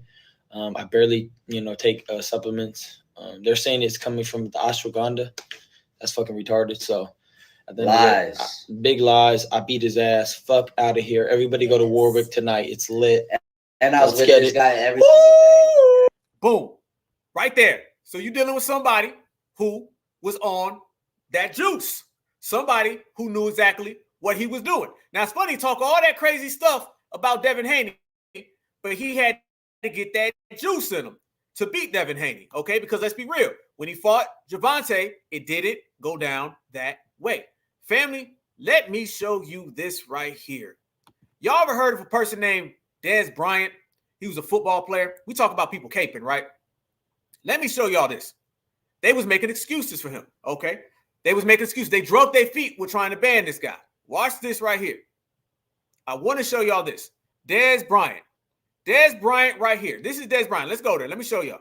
We start talking about folks out here caping, right? Let me show y'all Dez Bryant. Dez Bryant, he played for the Dallas Cowboys, all right? And you got to be careful with some of these football players, fam, because they view that football team as a plantation, all right? Some tweets came out with him, and I want y'all to see how these tweets turned out. He says, bro, Ryan Garcia called a non-black individual an N-I-G-G-A and an N-I-G-G-E-R. Too funny to me. You know how many non-black individuals who listen to hard rap music? N-I-G-G-A is all in rap. We openly invite other races to use the word a long time ago. Unserious yourself and enjoy the lovely 4th of July. This was yesterday. Oh, he threw on them capes, y'all. Oh, Dez Bryant threw on them capes. He was coming. Look at this. You don't ever see this again. Like we said a minute ago, these other people from other communities have this conspiracy that we out to get them. They literally get hate crime laws passed off of making up lies about foundational Black Americans. Yes, the hell they do. He came out and he put on the massive cape. He was caping so goddamn hard, y'all. He didn't want to hear it. He was talking about his buddy. He didn't like the fact that it's G-check season. He didn't like the fact that we G-checking. What he really wanted to do, y'all, he wanted to make excuses for his friends, but not even his friend. He don't even know this guy. But that's what he wanted to do. He wanted to give that type of love and energy. Definition of G-checking right there for you. Then it came back. He said, Haney, this is what he said. He had all this smoke for Devin Haney, though. He said, Haney should want to fight Loma again because all of the noise. I don't think it was a unanimous decision and it should have been ruled a draw. I'm a Haney fan. I remember people talking about Madonna gave Floyd his money. Not a decision, but a warrior. If I'm Haney, I got to run it back. He was out here, family, disrespecting Devin Haney after the fight where he lost. Devin Haney, as we said, lost because of steroids. But Dez Bryant was running around here trying to tell everybody how it was Devin Haney's fault. Devin Haney needs to do better. Devin Haney needs to get his act together. So basically, translation, y'all, he had all this smoke for the black man. He didn't have none for Ryan Garcia. Put on the cape for Ryan Garcia. But when it came to the black guy, he was on some you needs to do better. Proceed.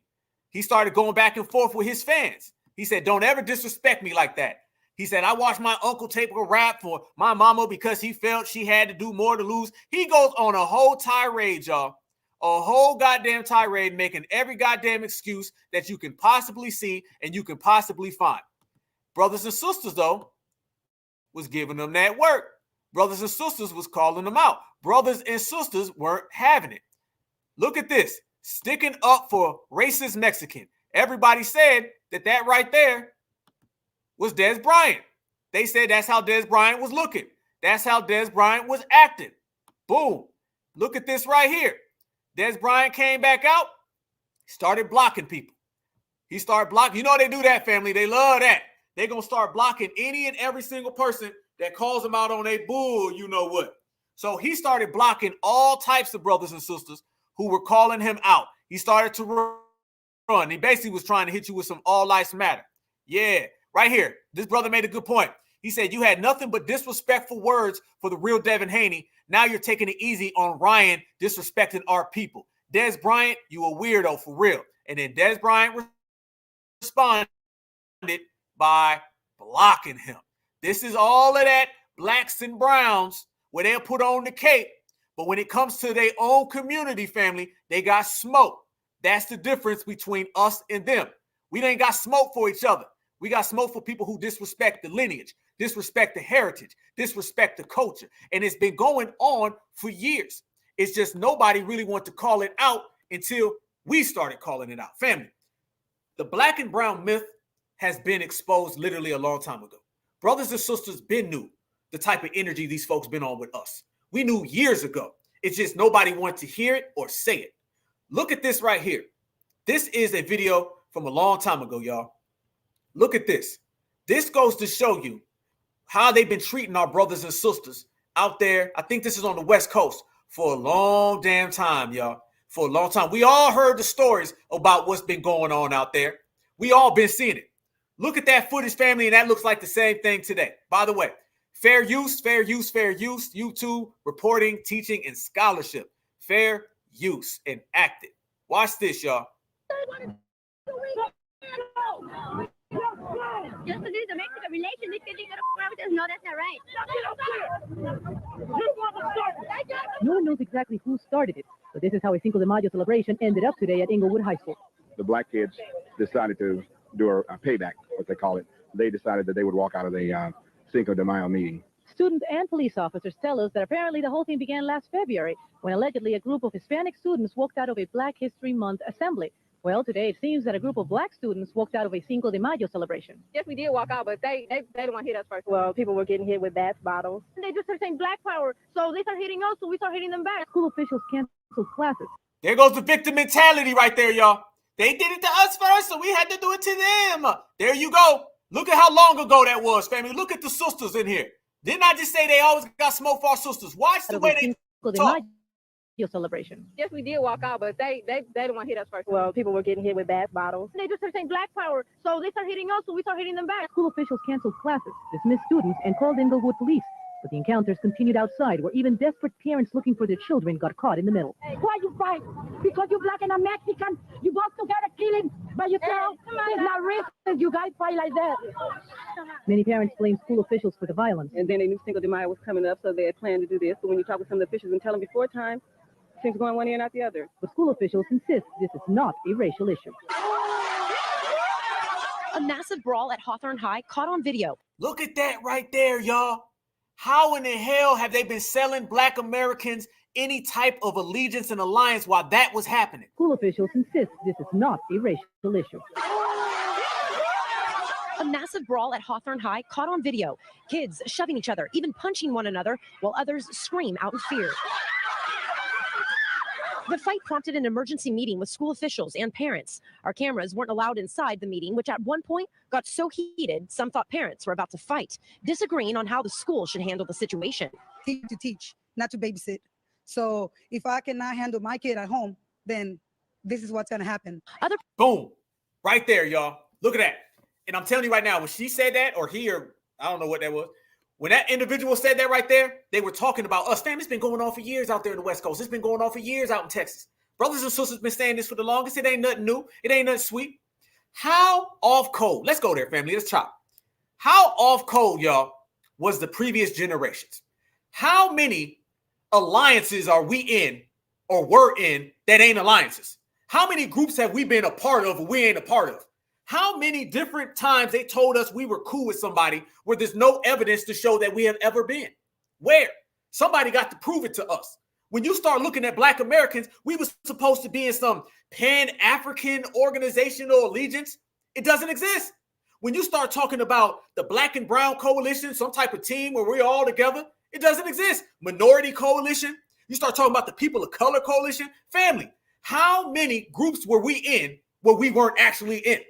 And the older communities were running around here selling that to us, telling us that's what it was. They were off code as hell. I hate to say it. We got riders back then who were on code, but we had so many people that were running around here just believing in complete lies, complete myths, signing us up, putting our name on things. Family, how many times was they out there putting our name on stuff that ain't real, telling us that we's a part of these groups? Who? When did you sign up? When did we sign up to be a part of the black and brown coalition that don't exist, where they only come around us and eat off of our plate? When did we sign up? When did we ever say, you know what, we are all scam Africans? We want to get together with the whole diaspora. When did we say that? When did this come official? It never was. If you cannot name the time, the date, or the people who put this together, that means it doesn't exist. It is the black and brown coalition. The same way it's scam African. And we've removed ourselves from every single one of those fake groups. Those groups do not exist. If you looking for the black and brown coalition, you ain't ever gonna find it because it's not here. If you looking around, family, for scam Africanism, you ain't ever gonna find it because it ain't here. They were literally signing our lineage up for all of these fake groups that benefit off us, because every one of them benefit off FBA. The black and brown, they stand next to us politically so they can steal our tangibles. Socially, is what I just showed you. It's what I just told you. They can run around here and tell us that we got to vote for these people, be on the same team. We all brothers. They only do that because it benefits them. They are the dominant society wannabes when they benefit from it. And then they're we all people of color when they benefit from it. People of color, minorities, black and browns, those are all groups and names that were created to steal tangibles, resources, and wealth from black Americans and give it to the people that the liberal wants to elevate above us. It's it right there. It ain't even that complex, family. And in the meantime, in between time, they're doing things like this right here. This is how they treating us out here in these goddamn streets, y'all. Check this out. This right here is the blacks and browns coalition. To get to a sir, I wanted to get no, sir, what did you do? Don't put it in drive. Sir, what are you doing? Sir, what are you doing? Why are you in my car? Why are you in my car? Why are you in my car? What did I get blurred for? Because I didn't do nothing, bro. I didn't do anything, did I? No.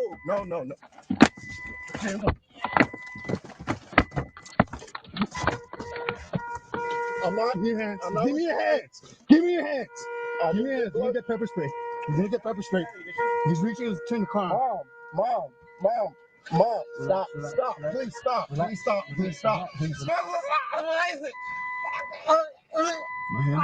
Look at that right there, y'all. Look at that right there. We ain't gonna play these games, fam. We ain't gonna play these games. Playing these games is gonna put us in danger.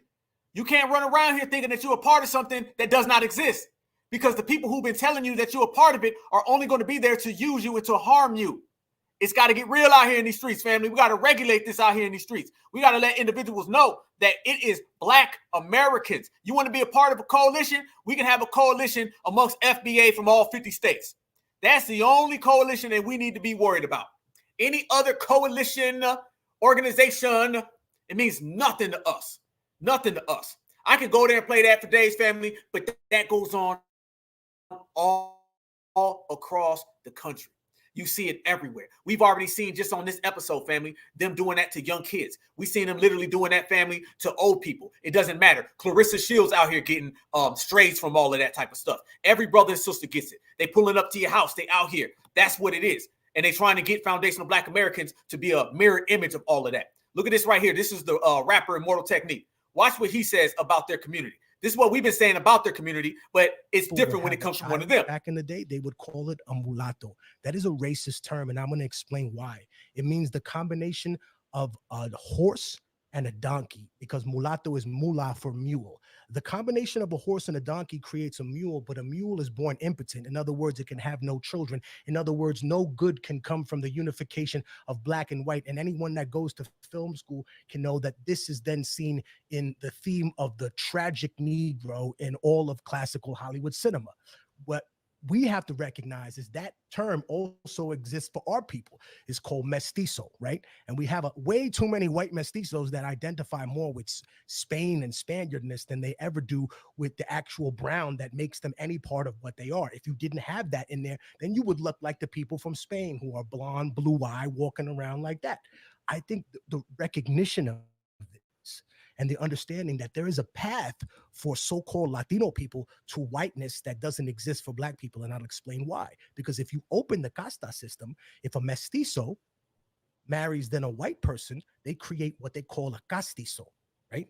A castizo then marries a white person, and there's less than 1/16 of indigenous blood. That person is considered white by law in the 1700s and 1800s in Latin America. Say that one more time. It go all the way back, family. It didn't just get here. Don't let Roland Martin, don't let Vanessa Jones, none of them folks try to tell you some type of unity when you got a system that is that embedded in their culture.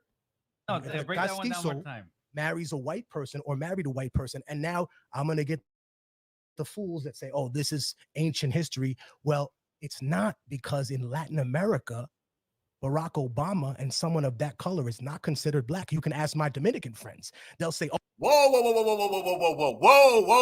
That's too real. No. Don't we say that same thing? Don't we say that these people who are non-FBA have that same mentality and approach? Let's hear that again. What did he say about Barack Obama? And I'm going to throw in Kamala Harris in the same time because it sounds like that's what we be saying.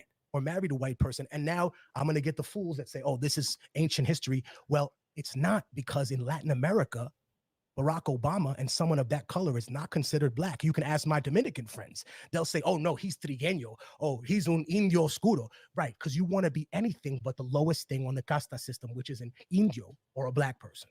And the reality is that keeping those two individuals fighting each other is the only way that Europeans gain supremacy in the New World. Without that, they wouldn't have it. Here's the thing. Big facts. Sounds real. Like it. Good. But nobody's keeping them two from fighting. Family? Never. Even if it comes from the immortal technique, he can say all that stuff that I agree with. Good points. He made some good points. Okay. But one thing we're not going to do, y'all, we're not going to say that the dominant society is making them people feel that way about Black Americans. Them people choose to feel that way about Black Americans. It is exactly how they are and who they are. You're letting them off the hook when it sounds like they're putting a battery in your back and making you come after FBA, okay? These people choose to be anti-Black. I don't give a damn about 1502, 1496. I don't give a damn on none of that. When I tell you that these people purposely are that way, cool, because what they'll do, they'll say, it's really just the Republican who's making all of us fight each other. It's really not about the black on black. It ain't about the black and brown.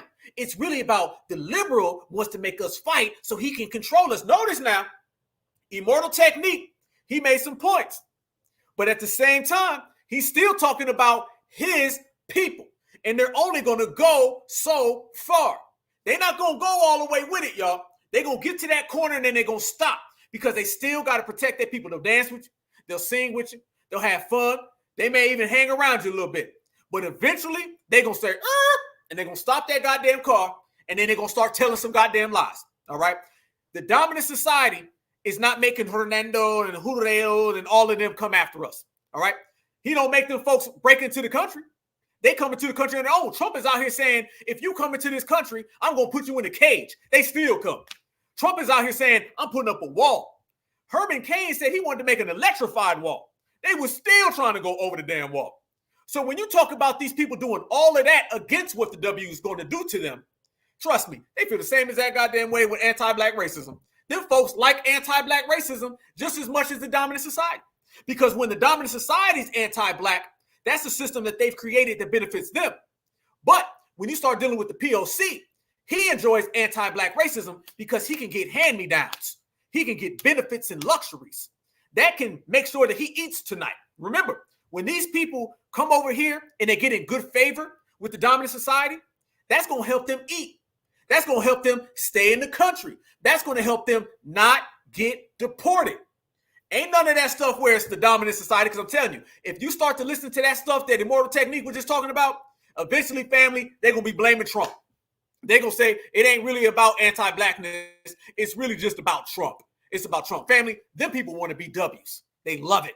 That's what they love. That's what they on. And ain't nobody making them do it. Everybody is solely and personally responsible for their own anti-Black racism.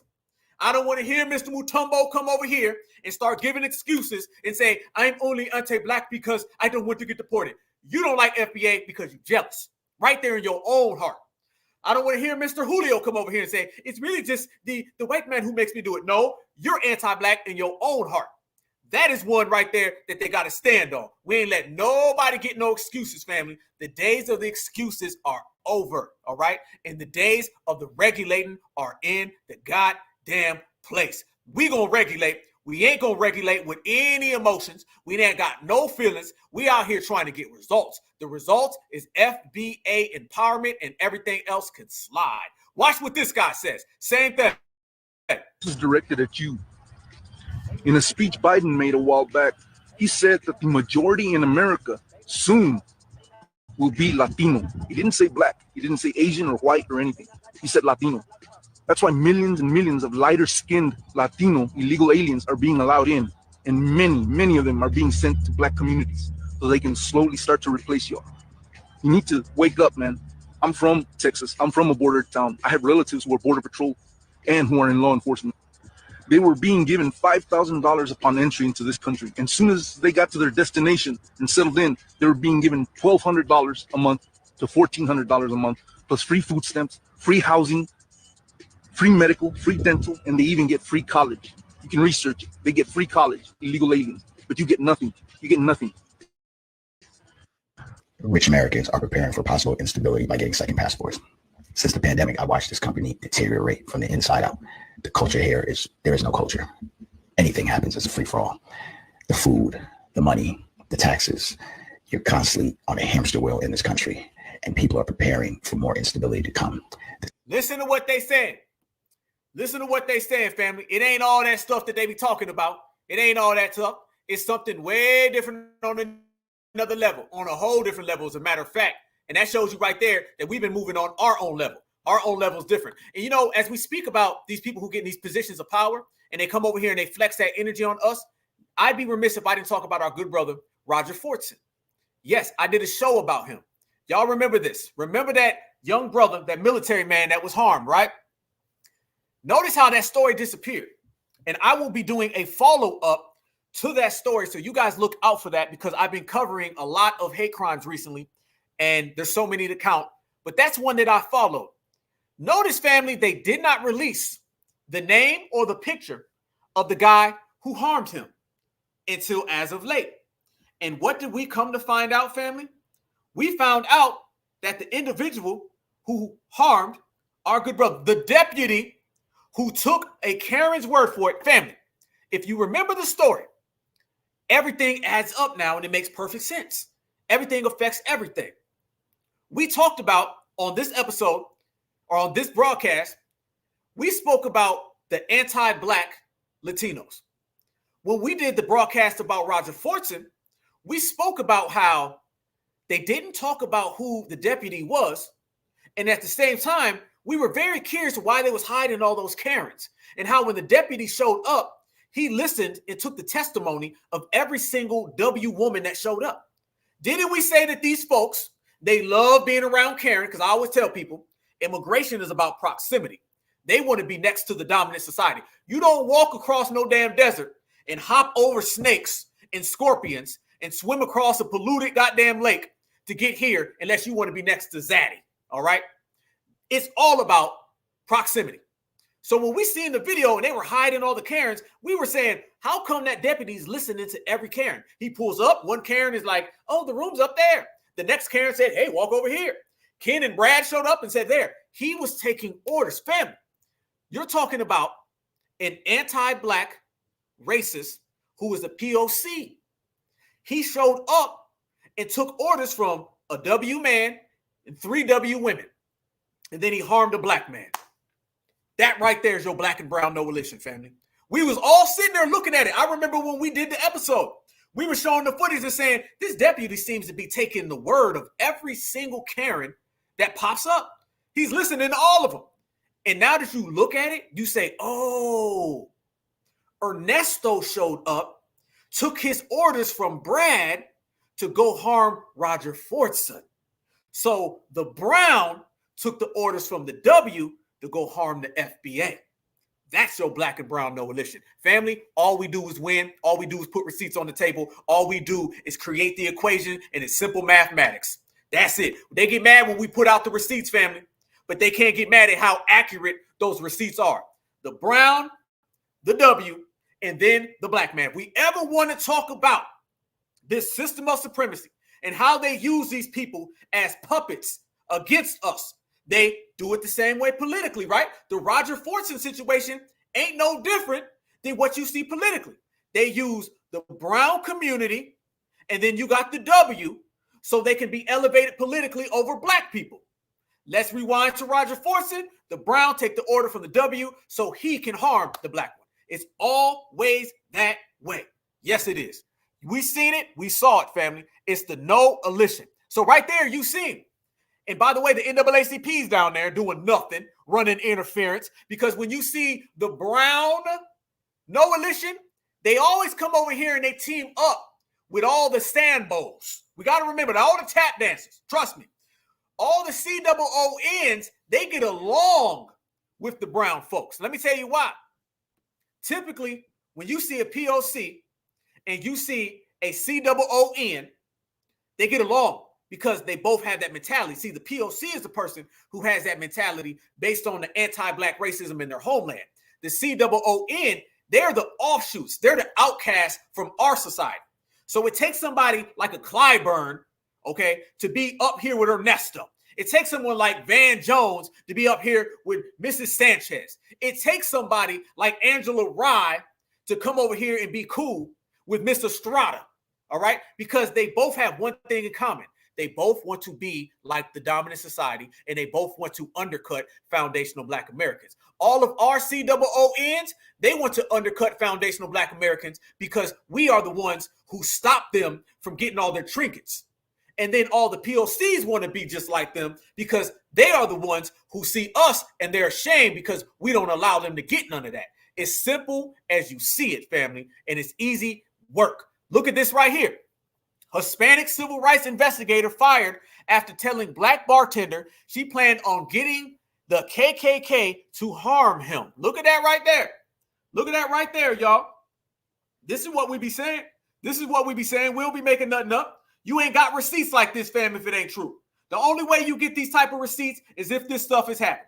And the only way these things are happening and nobody's talking about it is because the dominant society sent them. The dominant society sent them to do all this dirty work, y'all. And this is exactly why it is occurring. Look at that right there. That's a civil rights lawyer. This is what I was saying about these folks being in high positions. This is what I was saying about these folks taking over places. Once they get there, just like the police officer with the badge, next thing you know, family, they start coming down on us. This is what you see with these people. It's the same game that they run consistently. And this is why we have to call it out consistently. I don't give a damn if it's a boxer, a trash boxer who out here getting knocked down by body shots, just like Ryan Garcia. I don't give a damn if it's Nudie Martinez, if it's a civil rights attorney. These people are all out here pushing that black and brown. These are the ones out here running that gambit. Those are the ones who going to get that G-check. I said we put them all down. We put them down. Look at this one right here, y'all. Look at this situation. Look at this. This right here was simply a foundational Black Americans, if I'm not mistaken, in Florida, going against some funnies. They're going to get some Taco Bell. Family, the jokes write themselves. The jokes write themselves right there. Watch this, though. Watch what end up happening. Fair use, fair use, fair use, fair use, fair use, fair use. Watch this. Behind her and even gives her the address of another Taco Bell. That doesn't make any sense. That doesn't mean nothing because this is Hialeah. This is America. Two other Taco Bell workers approach the drive-thru window when they hear the altercation, but no one helps Montgomery out. You understand what I'm saying? So if it's 6 on the menu, you can put that on the computer and take my order. Don't tell me you can't take my order because you don't speak English. No, we went to Taco Bell today. You speak English? Yes. I can order in English, right? Yes. What happened the other night? No comment. No comment. I'm not mad. No. I'm going to tell you what happened the other night. The other night, you seen a black person and you didn't want to serve them. Family, this happens all the time. This happens all the time. Look at that. You literally can't even go to the fat family. We done broke it down. We done showed it politically. We done showed this stuff at a used car place. We showed it at a high school. We showed it with a little young girl. We showed it in the boxing world. We showed Ryan Garcia hating on Clarissa Shields. We showed them hating on Stephen Jackson, hating on George Floyd, who ain't even around no more. Look at the way that flipped, family. Look at the way that flipped. And then all of a sudden, when Zaddy shows up, I told you, they'll never do that. How many times in this episode have we showed footage where you see them getting smoked with us? Literally, the dominant society shows up and then they turn all nice and sweet and start listening. You see it every single time. You did not want to serve a black person. And foundational Black Americans have been saying this for years. 4 years, family. Watch the way she flipped it up. Watch this. And take my order. Don't tell me you can't take my order because you don't speak English. We went to Taco Bell today. You speak English? Yes. I can order in English, right? Yes. What happened the other night? No comment. No comment. I'm not mad or anything, but I just feel totally disrespected. Well, you're going to have to start getting mad when you are disrespected. You're going to have to start getting mad when you are disrespected. That was down there in South Florida, so I'm not sure if that black person was even FBA, to be honest with you, to keep it above. This is what it is. The jokes write themselves, to be honest with y'all. I mean, Taco Bell, y'all, really? You know what I'm saying? Taco Bell, I mean, I'm not going to do the jokes, y'all. Y'all can have them if y'all want to take them. You know what I'm saying? I'll be glad to watch them. I'll be glad to post them. But really, we talking about Taco Bell. They don't want to serve. Whoa. A POC does not want to serve a black person at Taco Bell. I be damn, family. That sounds like the Chappelle Show, but it's real. That sounds like it's a joke, but it's not. They out here gatekeeping. See, family, we out here gatekeeping our lineage. We're out here gatekeeping hip hop. We out here gatekeeping reparations. They out here gatekeeping Taco Bell. Reparations, Taco Bell. Tangibles, Taco Bell. Hip hop, culture, fashion, Taco Bell. I don't know about anybody else, but I'm cool. I'd rather go ahead and just, have my reparations than a Nacho Bel Grande. That's just me. Proceed. Look at this one right here. Going back to the school, y'all. Going back to the school.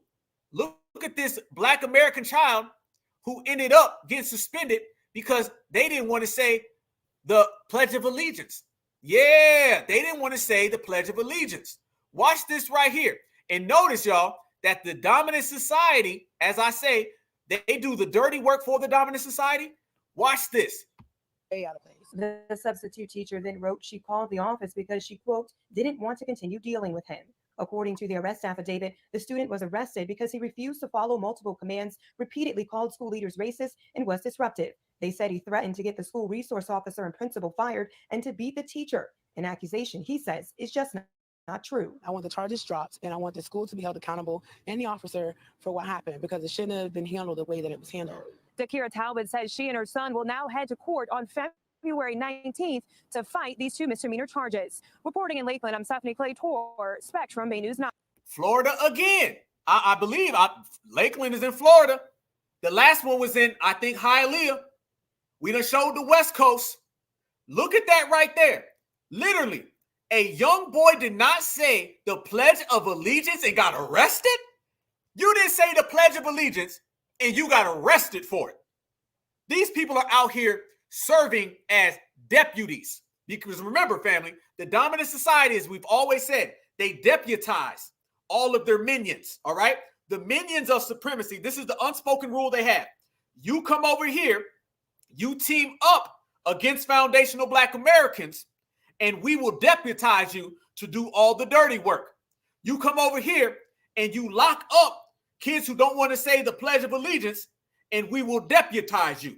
Anything that you do that harms Black Americans, we're going to give you a pass for it because that's your job. All right. Supremacy has jobs, family. Everybody plays a role in the system of supremacy.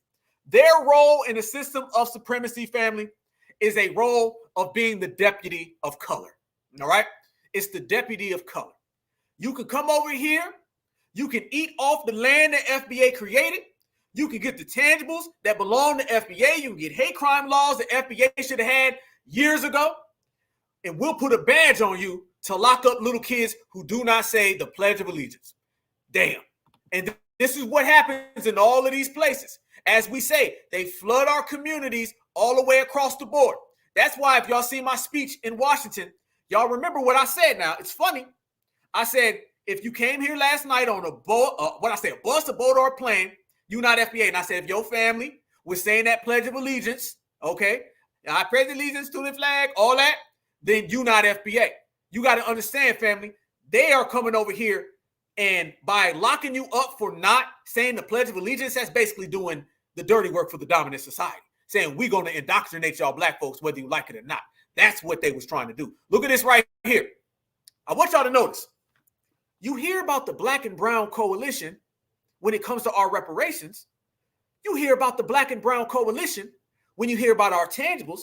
It's election season right now, right? You hear about the Black and Brown Coalition all the time. They're talking about blacks and browns need to go vote. Blacks and browns need better jobs. Blacks and browns need better education. So we hear about the black and brown consistently ad nauseum. But I'll tell you what they're doing politically on the low. Publicly, when they're on national television, they talking about the black and brown for FBA and them. Behind closed doors, let me tell you the coalition that they really about. Look at that right there. Receipts, receipts, receipts. Look what we talking about. Certified salute, Miss L. I see you. Appreciate you tapping in, family. Certified salute. Look at that right there, y'all. You want to see the real coalition? You want to see the coalition they really on? That's the coalition. Where the black and brown? Where the black and brown at? I thought it was the black and brown coalition. I thought we needed to share all of our tangibles with the brown people. I thought we needed to share all of our tangibles with the POCs. I thought if FBA got $1, we had to give 50 cents to them because we all people of color. We all victims of supremacies. We all got it bad. That means that we all entitled to what black Americans have. But I see right there on the low, they coming up with their own coalitions of two groups that share what? What do those two groups have in common? What do those two groups have in common, family, that does not involve us? I'm going to tell you what they got. Those two groups right there, y'all, they share in common anti-black racism. That's what they share. The reason why they are so quick with it to form their own political allegiances, y'all, is because they are both going to get tangibles and benefits off the back of foundational black American hard work and labor. And that right there is what they see as the future of the United States.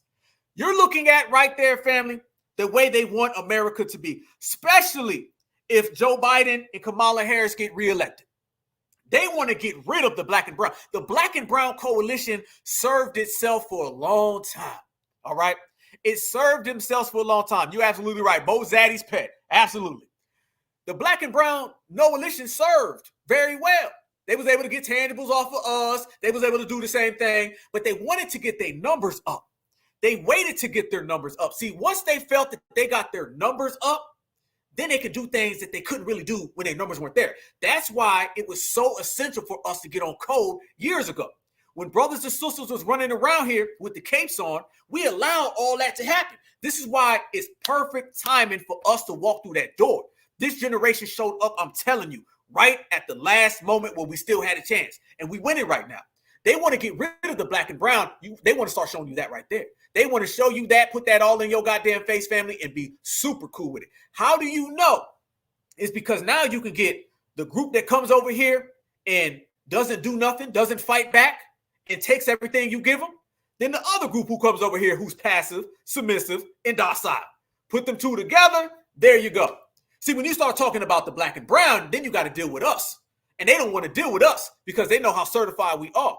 But when I tell you that's the future, and that's what they're looking forward to, especially if you get Joe Biden and Kamala Harris reelected, there you go. That's it right there. Showing you right there. You see it. Look at it, family. This is what's happening behind closed doors. All we do, family, is that we present the receipts on the Black Alpha Network and we give them for the world. We want everybody to see that. We come to our own conclusion. I said it earlier, family. We move and we stomp based on our own conclusions. Right there. That shows you the type of future that they want. Joe Biden is endorsing the family. When you holding up that shirt and you see them same two women in the picture I just showed you a minute ago, that right there shows you, family, that Joe Biden is endorsing it. If you holding up a shirt that says any goddamn thing, you're saying I endorse it. So it's black and brown on television. It's black and brown at the George Floyd or the Breonna Taylor protests. It's black and brown when Roland Martin has a show. It's black and brown at the presidential debate. But it ain't black and brown when they close them doors. I'm telling y'all, that's what happens when them doors close. That's what happens when we ain't around. When they quit talking that black and brown, they say, woo, let me tell you something. They close them doors, y'all. And they say, all right, everybody, you can drop the axe. The black people are gone. The black folks all went back home. Everybody come on out. And then here comes all the different people. All the POCs start coming out. They say, we ain't got to act no more. You can take the mask off. All right. The cameras quit rolling. The TV show is over. Now let's get to business. Let's talk about what we really want. We only did the black and brown thing because we was playing the game to fool black folks. They not around anymore, so we ain't got to do that. Now what we can do, we can start talking about tangible business, because I guarantee you this, I bet with that coalition, they talking business. You want to know how I know they talking business with that coalition? Because they got the goddamn president there. You only see black and brown, y'all, at a protest or rally on some social stuff. Black and brown coalitions that everybody talk about, they're not ever in no boardroom. They're not ever in no meetings. They're not ever out there actually changing what is distributed and who gets what resources. You only see that when it's on some social stuff. When you start dealing with the backstage and who getting them laws written and what policies are getting passed, then you see the Asian and the Latino coalition. And that's the coalition that they really on. That's the coalition that they really want. That's the coalition that they really pushing for. And we the ones out here calling it out like we always have. Yeah, it's us again, like we always do. Family, it runs deep. It runs real deep, y'all. A lot of stuff that they out here doing, it runs super, super deep. And I want to show y'all, this is the type of mentality that they are on. Look at that right there, y'all. Look at that. That's not MAGA. That's not the Bungaloo boys. That's not the Proud Boys neither. That's not a Trump rally you're seeing right there, family. No, no, no, no. So when you people out here and they're telling us, now mind you, the Democrats are going to tell you that all four people in that picture you should stand with and you're an ally with. They're going to tell you that all four people in that picture are your friend. And they're going to tell you that all four people in that picture, you should help get the benefits that belong to your community. That's what they're going to tell you. That's what they're going to say. That's what you're going to hear. But when you start looking at it, it don't look like any of them people really, really, really on that type of time. It don't look like them people are really, really, really supporting you. It shows you that's how they think when all is different. When you ain't around no more. When they get behind closed doors, you start seeing that type of energy. That type of energy is the same type of energy that you see right here. The curious case of the Mexican W supremacist mass harmer and what it says about America. Evidence of Mauricio Garcia's extreme right-wing beliefs was rejected on social media by those claiming a Hispanic could not be one of those people. That's what you get. Family, so basically, people were saying what we were saying, that this guy right here is adjacent to them, wants to be like them, and has always been on that type of time. That's what we were saying, right? And people were saying the same thing they were saying about Ryan Garcia. It tells you on social media, people were saying that guy right there is a supremacist wannabe. He's a supremacist puppet. And they dismissed it. Why? It's because they cannot let this stuff get out there. One thing the dominant society does, y'all, the dominant society hides the crimes that goes on with their puppets. They can't let it happen. I'm going to be honest with you. They hide as much crime that comes from the POC community as crimes that come from the trailer park. I'm going to tell you why. They hide it from the trailer park clearly because they want to put Karen and Ken and their community in a good light. On the other hand, they hide what the POCs do because that is the person they sponsored.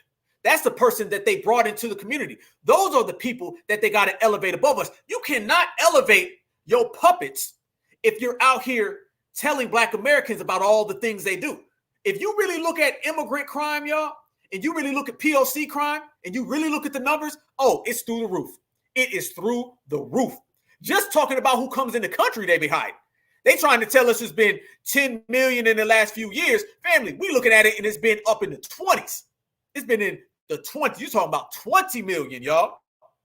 So the very fact that they're not even honest about the crime that goes on in terms of breaking into the country. They don't tell you what happens. Family, how many times you seen a drunk driver? How many times have you seen the stuff at Taco Bell? You've seen all the gangs, the cartels.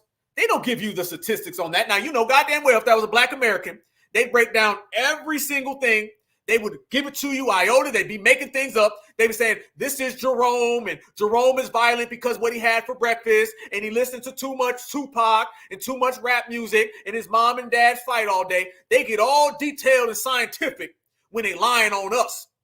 When they start talking about Ernesto, who should not even be in the country because he came here illegally, then out of nowhere, family, they start talking about, well, we don't know yet. We don't know the numbers. The numbers could be whatever they are. We just can't figure it out. Yeah, because they got to hide who they sponsor. You can never elevate them in our communities if we knew about the crime that they do. That's why they don't talk about their crime. Family, every single day you see some type of crime that an illegal has committed. But you got to see it on social media because mainstream news is not going to report that stuff. It doesn't fit the narrative. How Joe Biden going to get on national television and talk about the blacks and the browns need to get together? Or we need to give things that we know goddamn well belong to black people to all the POCs. But yet we sitting here seeing POCs committing all this crime. That wouldn't fit the narrative, so they fall back from that. They say, hell no, we ain't doing that.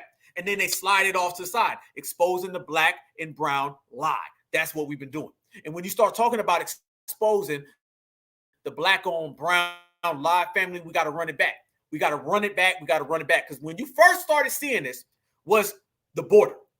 And then there's been a couple stories that have highlighted this black and brown lie that they do. Remember, the dominant society is always going to protect the people that they use and elevate above us. They're always going to do that. If they elevate somebody above us, family, trust me, they ain't going to give you the real story. They're going to make all of them seem like they just so kind and sweethearts. In reality, that ain't how it goes. But when you first started seeing that is when you start seeing this.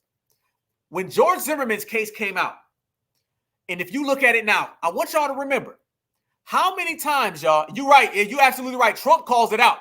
Trump calls out. Before we go there, you're absolutely right, family. Trump calls out their crime.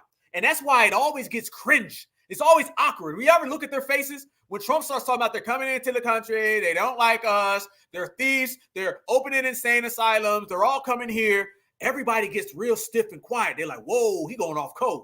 This is why they really don't want him to be president again. Trust me. They don't want Trump to be president again because Trump is messing up the whole plan of elevating the people above us, which is $1 trillion industry. Proceed.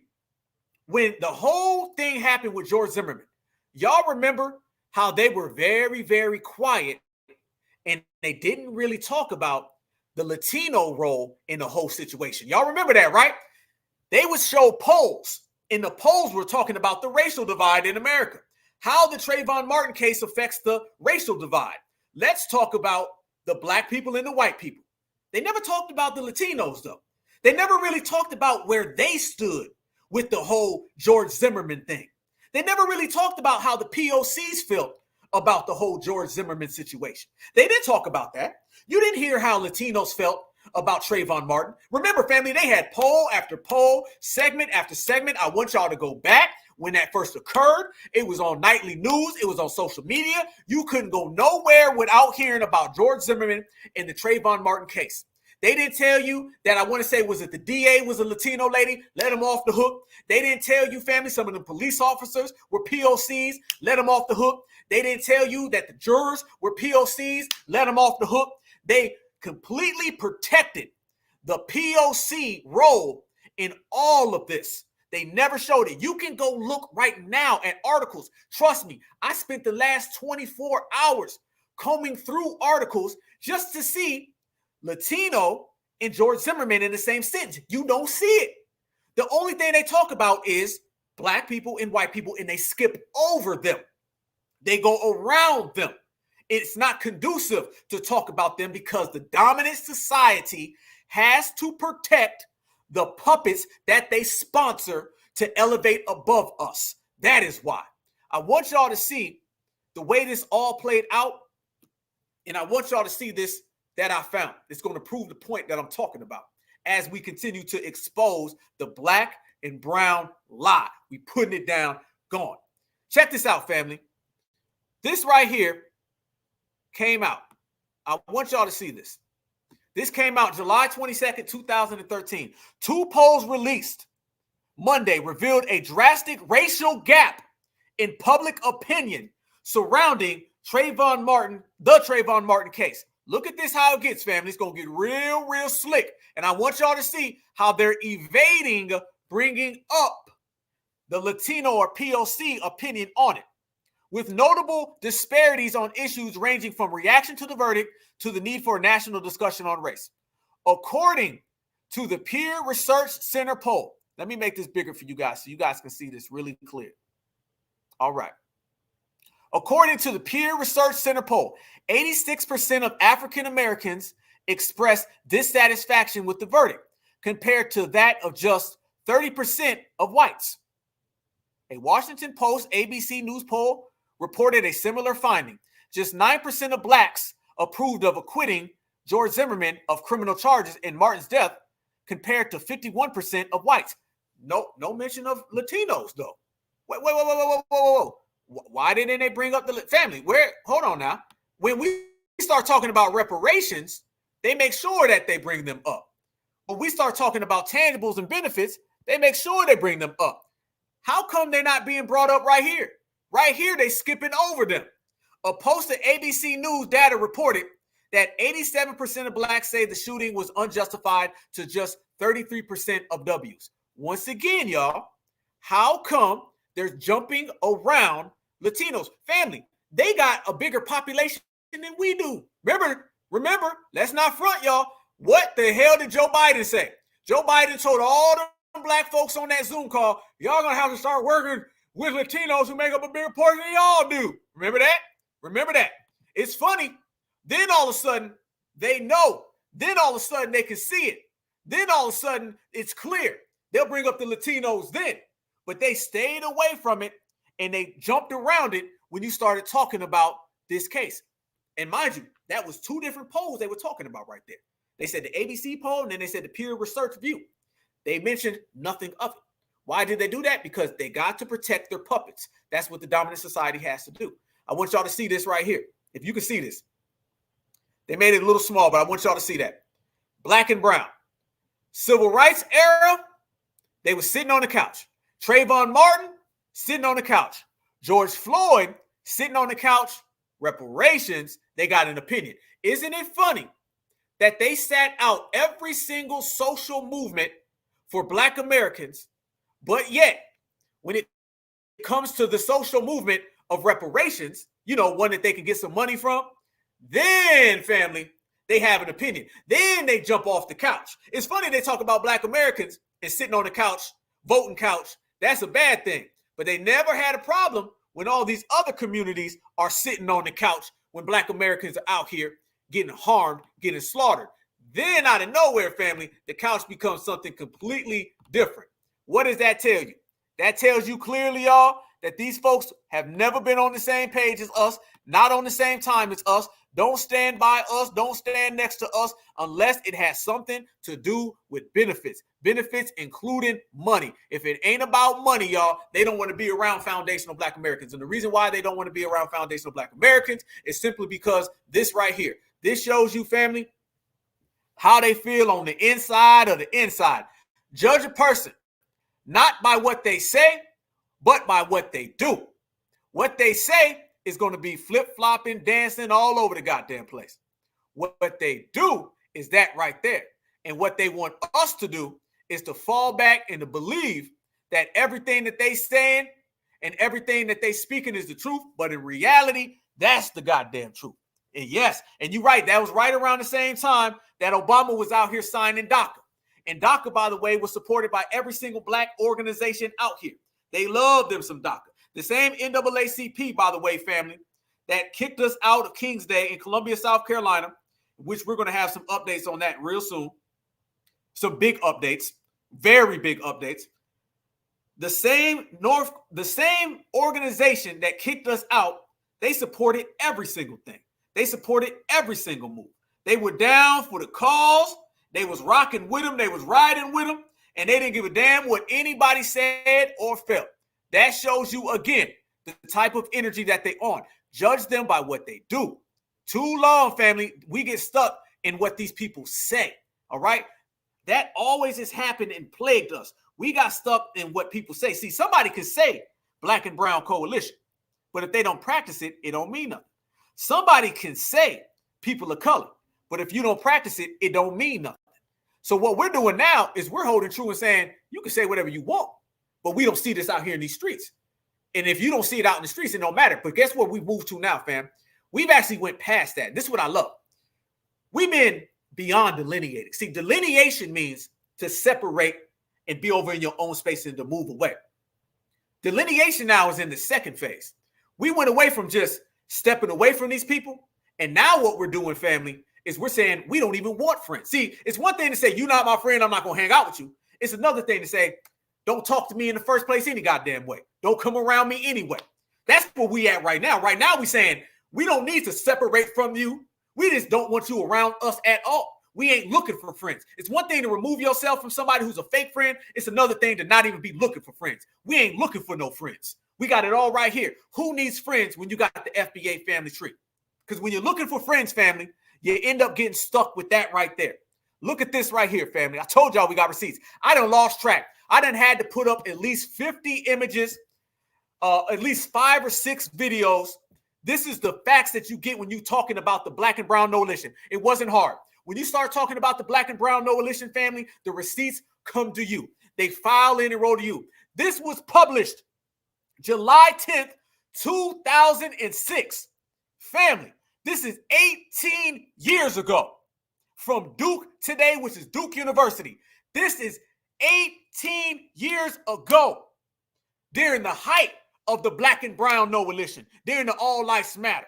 Latino immigrants come to the U.S. with negative stereotypes of Black Americans. New study shows how Latino immigrants relate to Blacks and whites and how those groups relate to Latinos.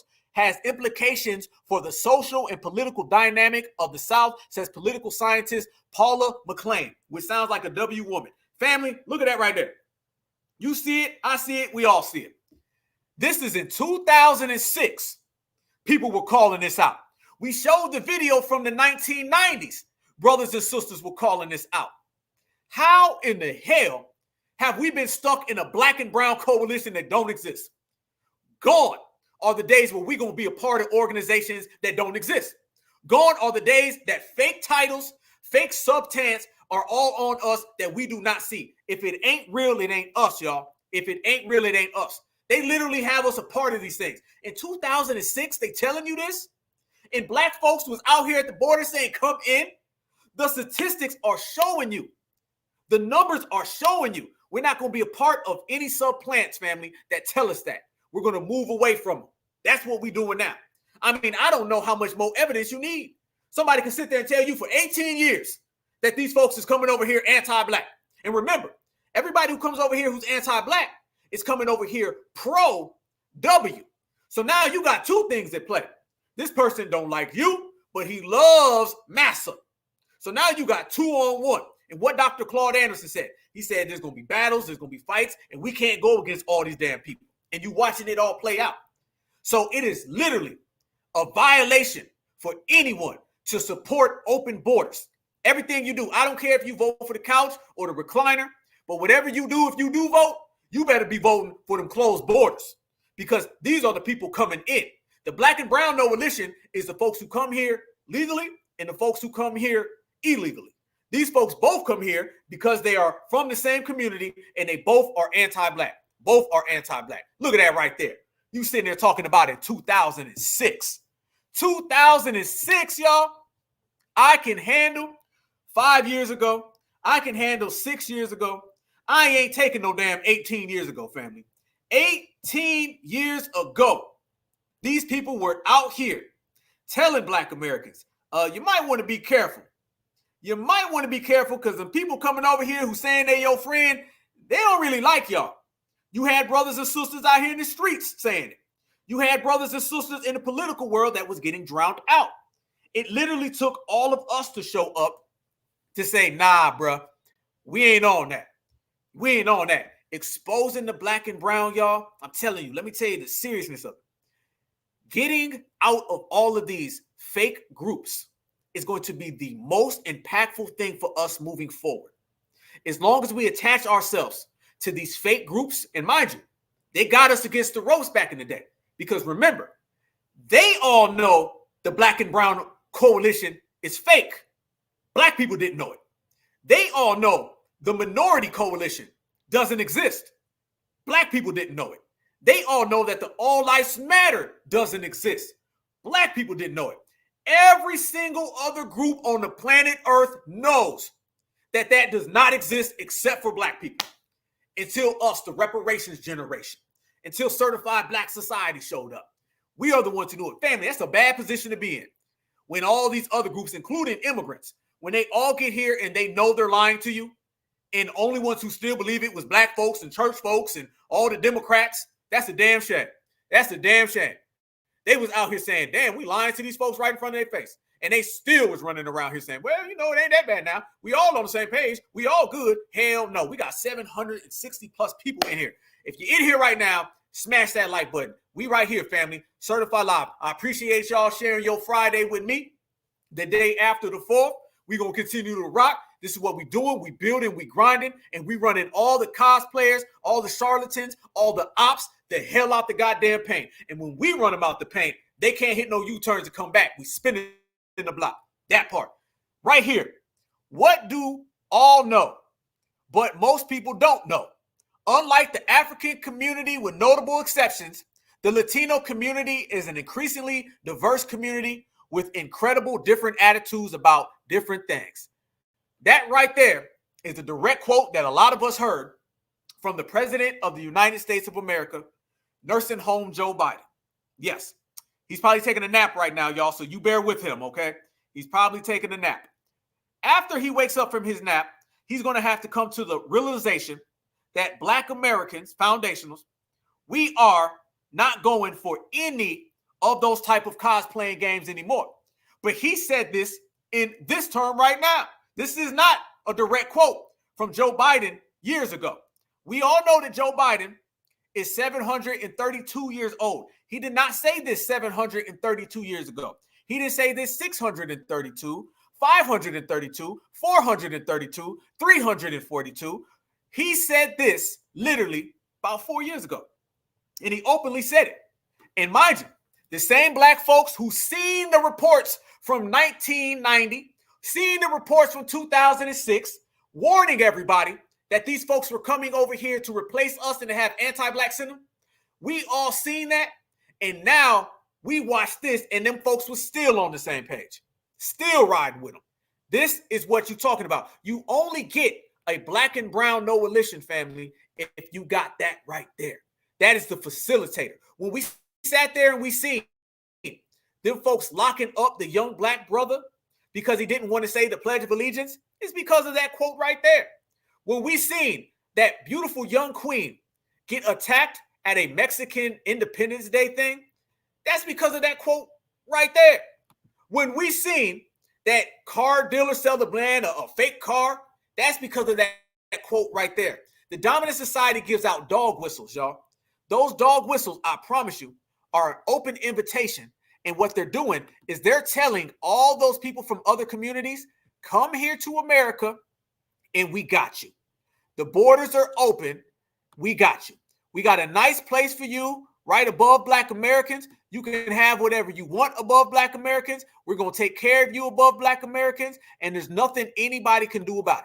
That's why the people come over here. That's why we showed evidence, family, of folks literally at the border saying, Biden, Biden. They know who come over here and fixing their plate. They know who's coming over here fixing their goddamn plate. They know what it is. It's foundational Black Americans fixing their goddamn plate because we do all the hard labor. And then they know that the dominant society snatches that off of our goddamn table and he gives it to Miss Estrada. We know all that. The whole goddamn world knows it. This is why they continue to do it. And this is why they're so upset right now. Let me run it back. They mad, y'all.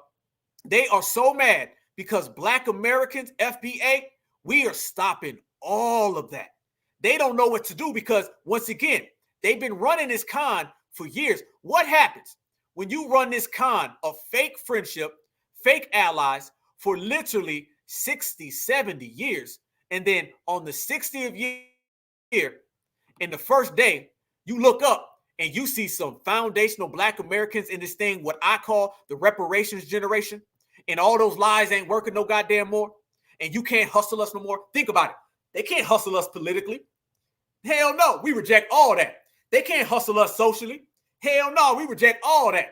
They can't hustle us financially. We reject all that. There ain't a damn thing that the dominant society is doing right now that we falling for. And it's the beauty of the black grassroots driving the goddamn car. We're the ones making all the decisions. We're the ones calling all the shots. They try to tell us black and brown, get the hell out of here, ran out the paint. They try to tell us scam Africanism, ran out the paint. Family, they've lost trillions of dollars investing in the black and brown community. And they've lost trillions of dollars trying to sell us a coalition that don't exist. When you say no coalition, they lose money. When you say scam Africanism, they lose money. We're out here making the Democrat society, the liberal society, the dominant society, they taking L's, y'all. They taking big ass L's. They put money to fool us. We not being fooled. They pay money to cosplay. You can't cosplay. They pay money to trick us, and we're not going for none of that. So what happens when they can't do any of that, family? And they start looking at that bank account, and then they start seeing Trump coming talking about he going to deport them. They scared. They scared. They scared. They scared. And it's all because of us. The black and brown no religion family, it disappeared when foundational black Americans certified showed up. When we showed the hell up, they disappeared. When we showed the hell up, scam Africans disappeared. The only thing they can do, they used to occupy the political seats. They used to occupy the narratives. Only thing they can do right now, family, is go get them a goddamn number 5 at Taco Bell, and they can jump on Twitter Spaces. That's about it. And if that's all you getting, you ain't getting much. Because let me tell you what we do. We out here controlling everything. We get into reparations. We get closer to the bag, and we're dominating. Let me show y'all this right here. We talk about the East Coast, right? Watch this. This was going on right there with some of them folks trying to hustle us and trying to play our family. Watch this brother right here. This that energy we be talking about.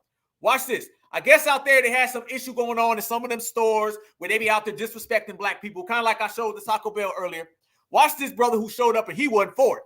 This is the energy that got the black and brown coalition running scared. This is the energy that got the scam African community running scared. And this is the energy that got certified black society changing the world. Tax on the bodega or yo, this some bullshit. Out of here, this is trash. They capping, big cap, and you ain't going all over there. Take that out. Yeah, they big capping. He's the president of the Bodega Association. Yeah, I saw him on the news and all that. Don't come over here now. Why you come over here now to make a propaganda meeting? What the f is going on? Yeah, show people the real news. You're a clown. Get the f out of here with that bullshit. That's a number store. Not over here. Look at his face, y'all. Look at this. He's trying to have one of those, with black and brown. He's trying to do the black and brown. Oh, there's no trouble. There's no problems. We all good. That's what he's trying to do, y'all. That's what he's trying to do. He's trying to smooth it out. Y'all know what happens. They always disrespect our brothers and sisters. They always harm one of us, and they throw the damn press conference. How many times have y'all seen the I'm not racist press conference? How many times have y'all seen the I didn't mean to harm that black person conference? How many times have y'all seen the press conference where they saying it didn't mean to go down that way? That's not a reflection of our community. And they sit there and have it. This brother wasn't going for it. This brother showed up and he said, nah, hell no.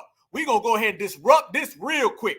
Look at their faces. The face that you see right there, family, is the face that you see politically and socially from the Democratic Party all the way down to Julio, Hernandez, Estrada, Maurice, all of them.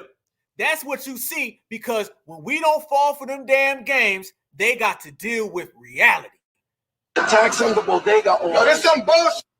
Out of here, this is trash. They capping, big cap, and you ain't going all over there. Take that out. Yeah, they big capping. He's the president of the Bodega Association. Yeah, I saw him on the news and all that. Don't come over here now. Why you come over here now to make a propaganda meeting? What the f is going on? Yeah, show people the real news. You're a clown. Get the f out of here with that bullshit. That's a number store. Not over here. I'm going to interrupt the whole I'm like that. Get the f out of here with that bullshit. Go to another store. Tax on the bodega or yo, this some bullshit. That's all it take. That's all it take. That's all it take. All that is, family. All you got to do is be on code, stand on business, and it's easy. Shit, Foundation of Black Americans, we wake up on business. All right? We wake up on business every goddamn day. That's all it take. That's all it take. You get on business right now, right here today, and everything gonna be perfect. That's all you got to do, y'all. Stand on that business, and they scared. Mind you, Standing on business is easy for us. They're incapable of dealing with it. So that means stand on business. Regulating is easy for us. They're incapable of handling it. That means regulate. G-checking is easy as hell for us. They are incapable of dealing with that. So you know what? You start the G-checking. I told y'all the definition right there. You see it. G-checking is easy. That right there video was the definition of G-checking, the black and brown coalition. G-checking Ryan Garcia. If the entertainers ain't going to do it good, we don't need them any goddamn way. It's the art of putting someone in their place if they cross that line. It's the art of making someone find out if they around. It's easy as that, y'all. That's how you G-check. That's how you win.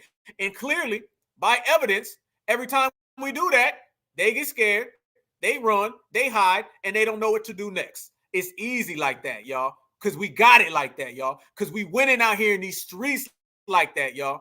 And if you see all across the board and you watching it and you're observing it, family, these people are in a world of hurt because foundational Black Americans are in a world of winning. We win, they got to deal with it. That's just the difference between us and them, y'all. That's always been the difference between us and them. We grinding real good. Speaking of that, we start talking about people being real hurt. They having these meltdowns out here since we talking about the blacks and brown. Remember, black and brown coalition allows them to steal from us.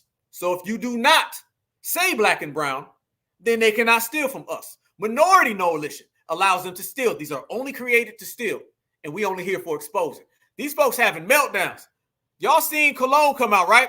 After microphone check, y'all, this man has went on a meltdown every single day. Every single day, this man has been on a meltdown. He's falling out. He don't know what to do, y'all. He is just hurt. And that's all because foundational Black Americans is putting in that work. Look at his latest meltdown. It's a beautiful thing, family, when these folks having meltdowns because we speak in reality. So the racism is real. Hashtag the racism is real. Okay? It's implicit and it's explicit. It's hidden and it's in your face. But then, no, don't call me that. I'm not that. I got plenty of Puerto Rican friends. Stop it. Stop it. Stop it. Nonsense.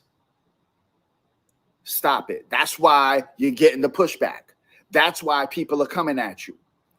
Because you're claiming all of this, but you're saying craziness, and you wonder why people are saying something to you. And then when somebody like me reaches out to you like a man and says, let's talk. Let me check you on some of the information that you're giving. The whole 1977 thing, the whole 1973 thing, the whole Ruby D whip thing, the way that you like to try and, enforce your views on somebody. Let's talk about that. But you don't want to. You want to block people. Then you're going to go on an attack on Crazy Legs. Bro, this is information that you're just learning yourself. Hashtag the racism is real. So, yeah, we got Tariq Nasheed, we got Lord Jamar, we got DJ FaZe, we got Truth Savior, we got Red Supreme TV. He just reaching now, family. He can't come up with nothing. He hurt. He hurt. All of these dudes. They never have anything positive to say about the Puerto Rican community when it comes to hip hop. It's always negative, and always coupled with these derogatory terms. Oh, buddy. Oh, he mad right now, y'all. Oh, good. This is good. This is great. You see, understand. They didn't feel this way a couple years ago because their lies went off without a hitch. They didn't feel this way a couple years ago because they could say those things with no pushback. They didn't feel this way a couple years ago because the African Americans would let them get away with it. Not now, not here. See, family, when you got these folks mad and having meltdowns, good. When you got these folks getting suspended and expelled, good. When you got these folks sweating bricks, good. Because I remember a time when they didn't. I remember a time when all this would go unchecked. That's how you ended up with all these lies, these myths, and these fables, and these fairy tales that we done completely canceled today. So now that you got these folks so mad, so upset, so angry, so hurt, that lets you know right here that we winning. It's simple as that. Look who's mad, them. Look who's winning, us. That's the foundational Black American way. That's how FBA does. And we simply been doing that by calling things out. Notice too, family. Now what Cologne is trying to do, he's trying to call out Black folks for being racist. All right. That's an old tactic. The great Malcolm X always says one of the tactics of the dominant society is they accuse their accuser. All right. So if you say that you're anti-Black, they say, well, you're anti-Puerto Rican. If you say that you're anti-Black, they say, well, you're anti-white. This is what they do. They accuse their accuser. It takes a spotlight off of them and shoots it back to you. It's called projecting. And you only see projecting from their community when they down bad. They're down bad because remember, they live off of projecting onto us. And what happened is they try to project it onto us and we got a goddamn force field. That stuff been bouncing off us all day. And you're seeing that FBA can't be touched. So since we can't be touched and you cannot get to us, now those projections that they're shooting onto us are bouncing back onto them and they hurt having meltdowns. Oh, they having meltdowns everywhere, y'all. They having meltdowns on Instagram lives. They having meltdowns on X. They having meltdowns on goddamn YouTube. Anywhere you see them, family, you might see them in the street walking, having a meltdown because FBA got them all against the ropes, all against the ropes. Yeah. I mean, I could understand it though. If you really want to go there, I mean, think about it. You went for years being able to really get all that stuff off. And then they want to come back, y'all, and make some type of, we didn't mean to, and y'all did it. At the point now, y'all, the whole y'all did it thing, nah, that ain't gonna fly. That ain't gonna fly. Black folks ain't on that. That ain't gonna work. That ain't gonna work. You're not gonna be able to sell us at all that we's the ones who did it. You're not gonna sell us that we's the ones being bad because the receipts are too clear. You feel me? The receipts are too clear. There's literally been movies out there that's been showing the type of time that they've been on. So they can't backtrack now and try to say, well, FBA did it. That's the final refuge of all these people, y'all. The final refuge is y'all did it too. When you can't stick us, they'll say, well, y'all did it. Nope. Because we too strong, our receipts are too serious, and we're too prominent. When you're prominent like us, you always win. And we winning right now. We winning. We got them all shook. Everybody shook. So they can sell us whatever they want to sell us, family. But at the end of the day, it don't work because it's bouncing off of us. We damn near got like an FBA force field right now. They ain't had that back in the day, y'all. I don't know what the hell they had back in the day. Back in the day, they was loving too many goddamn people. Now, there's like an FBA force field that anything these people do or anything these people say, it really don't work. They really can't stand on nothing. They really can't get nothing off the ground. They really can't build nothing. And that's because of us. That's because we certified. That's because we winning. That's because when you come out here and you disrespect FBA in less than 24 hours of disrespecting foundational Black Americans, right here is what happened to Ryan Garcia. Damn. Ryan Garcia has been expelled by the WBC. I was waiting to show everybody this, and if you haven't already seen it, family, let's spin the block and let's go back down it one more time. Ryan Garcia had a space where he was disrespecting Black Americans on July 4th. And by the end of the goddamn day, he got expelled by the WBC, the World Boxing Championship. Let me tell you about the WBC. The WBC is one of the biggest, if not the biggest, sanctioning body in boxing. The WBC is the main source of the sport of boxing. When you get expelled, that does not say suspended, okay? He was already suspended before. Now he's expelled. He's not coming back to the WBC. Essentially, that means you done got your goddamn career ruined. Why did you get your career ruined? It's because when you go at foundational Black Americans and we exercise the social, political empowerment power that we possess, we can touch anybody in any arena, in any element. African American, you couldn't do that. Minorities couldn't do that. People of colors couldn't do that. we have. Oh, this ain't like the old days, y'all. This isn't like back in the day when someone would say something was racist, then the NAACP would come out, and then Al Sharpton would come out. Then you see Michael Erica Dyson would come out. Then you see Cornel West, and then they would basically put them people back in good favor and walk them back into the community. Nah, that's not what it is no more. What it is now is Al Sharpton don't want this smoke because he can get it. Michael Erica Dyson, he don't want this smoke because he can get it. Cornel West done already see me intellectually destroy him right here on this show. And I ain't go to Harvard. I'm just certified. They don't want this smoke. So now we're living in a new era where we have replaced all of the old, outdated, off-code people, and now we have replaced them with the black grassroots. And the black grassroots carries a big stick, which means if you disrespect the lineage, heritage, and culture, there will be some consequences and some repercussions. If you disrespect the foundationals, the blacks and the Americans, there will be some consequences and repercussions. If you disrespect certified black society, there will be some consequences and repercussions, and it will come directly to you in the form of that expulsion. This man got expelled on his day off. This man got expelled when he thought it was sweet. He was already suspended from the PEDs that we talked about earlier, and now he is exposed from the anti-black racism, which led to him to be expelled from certified black society. It ain't happening. And family, what makes all of that so great, what makes all of that so good is this did not happen in 2 years. This didn't happen in 4 years. This didn't happen down the streets and around the corner. No. This happened in less than 24 hours. This happened ASAP. Think about, we need justice. When is we going to get some justice? When are we going to get a peace? Remember that? And now look, and it starts with this. And if you can translate that, everything works, okay? Everything goes up. You put one piece in, you put another piece in, and you build, you build, you build. What I always say, one of my quotes, we're building, yes, we're working, we shining, we grinding, all right? If you build, things are going to get bigger.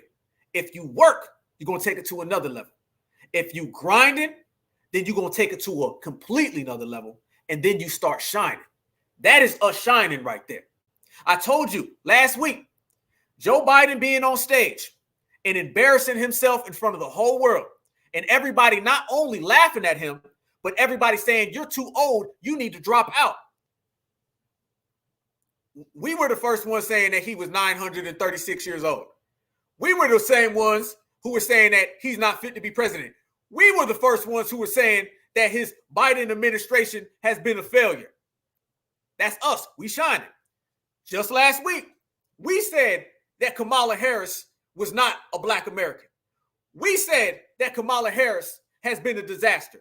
We said that she should have never been vice president. Now the whole world is saying the same thing. We shining. So Ryan Garcia thought that after FBA literally has influenced the world, that people are calling out the president and the vice president, we didn't call them out. What a two-bid boxer who got dropped in front of everybody by a body shot from Javante Davis, refused to get up. He got on one knee. He pulled a Colin Kaepernick. He was like, oh, no, I ain't getting up. I ain't getting up. Referee said, you want to get up? 5, 6, 7. He quit at 3. He was like, no, I'm done. How that man think he going to disrespect foundational black Americans, disrespect George Floyd, tell us that we have black on black crime, give us a BS apology, and think that that was going to work? He thought it was going to work because that's the black and brown coalition, and it's over. He thought it was going to work because it was the people of color coalition. It's over. He thought it was going to work because it's the minority coalition, and that's over. And he thought it was going to work because he thought he had the dominant society that was going to sponsor him, and he don't realize we got their asses shook. So your boss is shook. What that gonna make you? Quick, fast, in a hurry, finish. That's what FBA is doing out here in these streets, y'all. And we doing it with style. Oh yeah, like I said, they came out real quick, real quick. Look at this right here. They was putting out whole things, all right? Mauricio Suleiman, All right, I'm going to tell you who Mauricio Suleiman is. He is the president of the WBC. Mauricio Suleiman is a Latino. Here we go. Y'all ready for this? He came out with this statement within hours of FBA getting on this dude's bumper. Remember, all of the dominant society came out caping. All the black entertainers came out talking about mental health. The Dez Bryants of the world, all of the Stephen Jacksons of the world. The only foundational black American celebrity that stood on business was our FBA sister queen, Clarissa Shields. Certified salute to her. Y'all check out her fight too. She's going to lay down one of the people here in a few days. She came out and stood on business.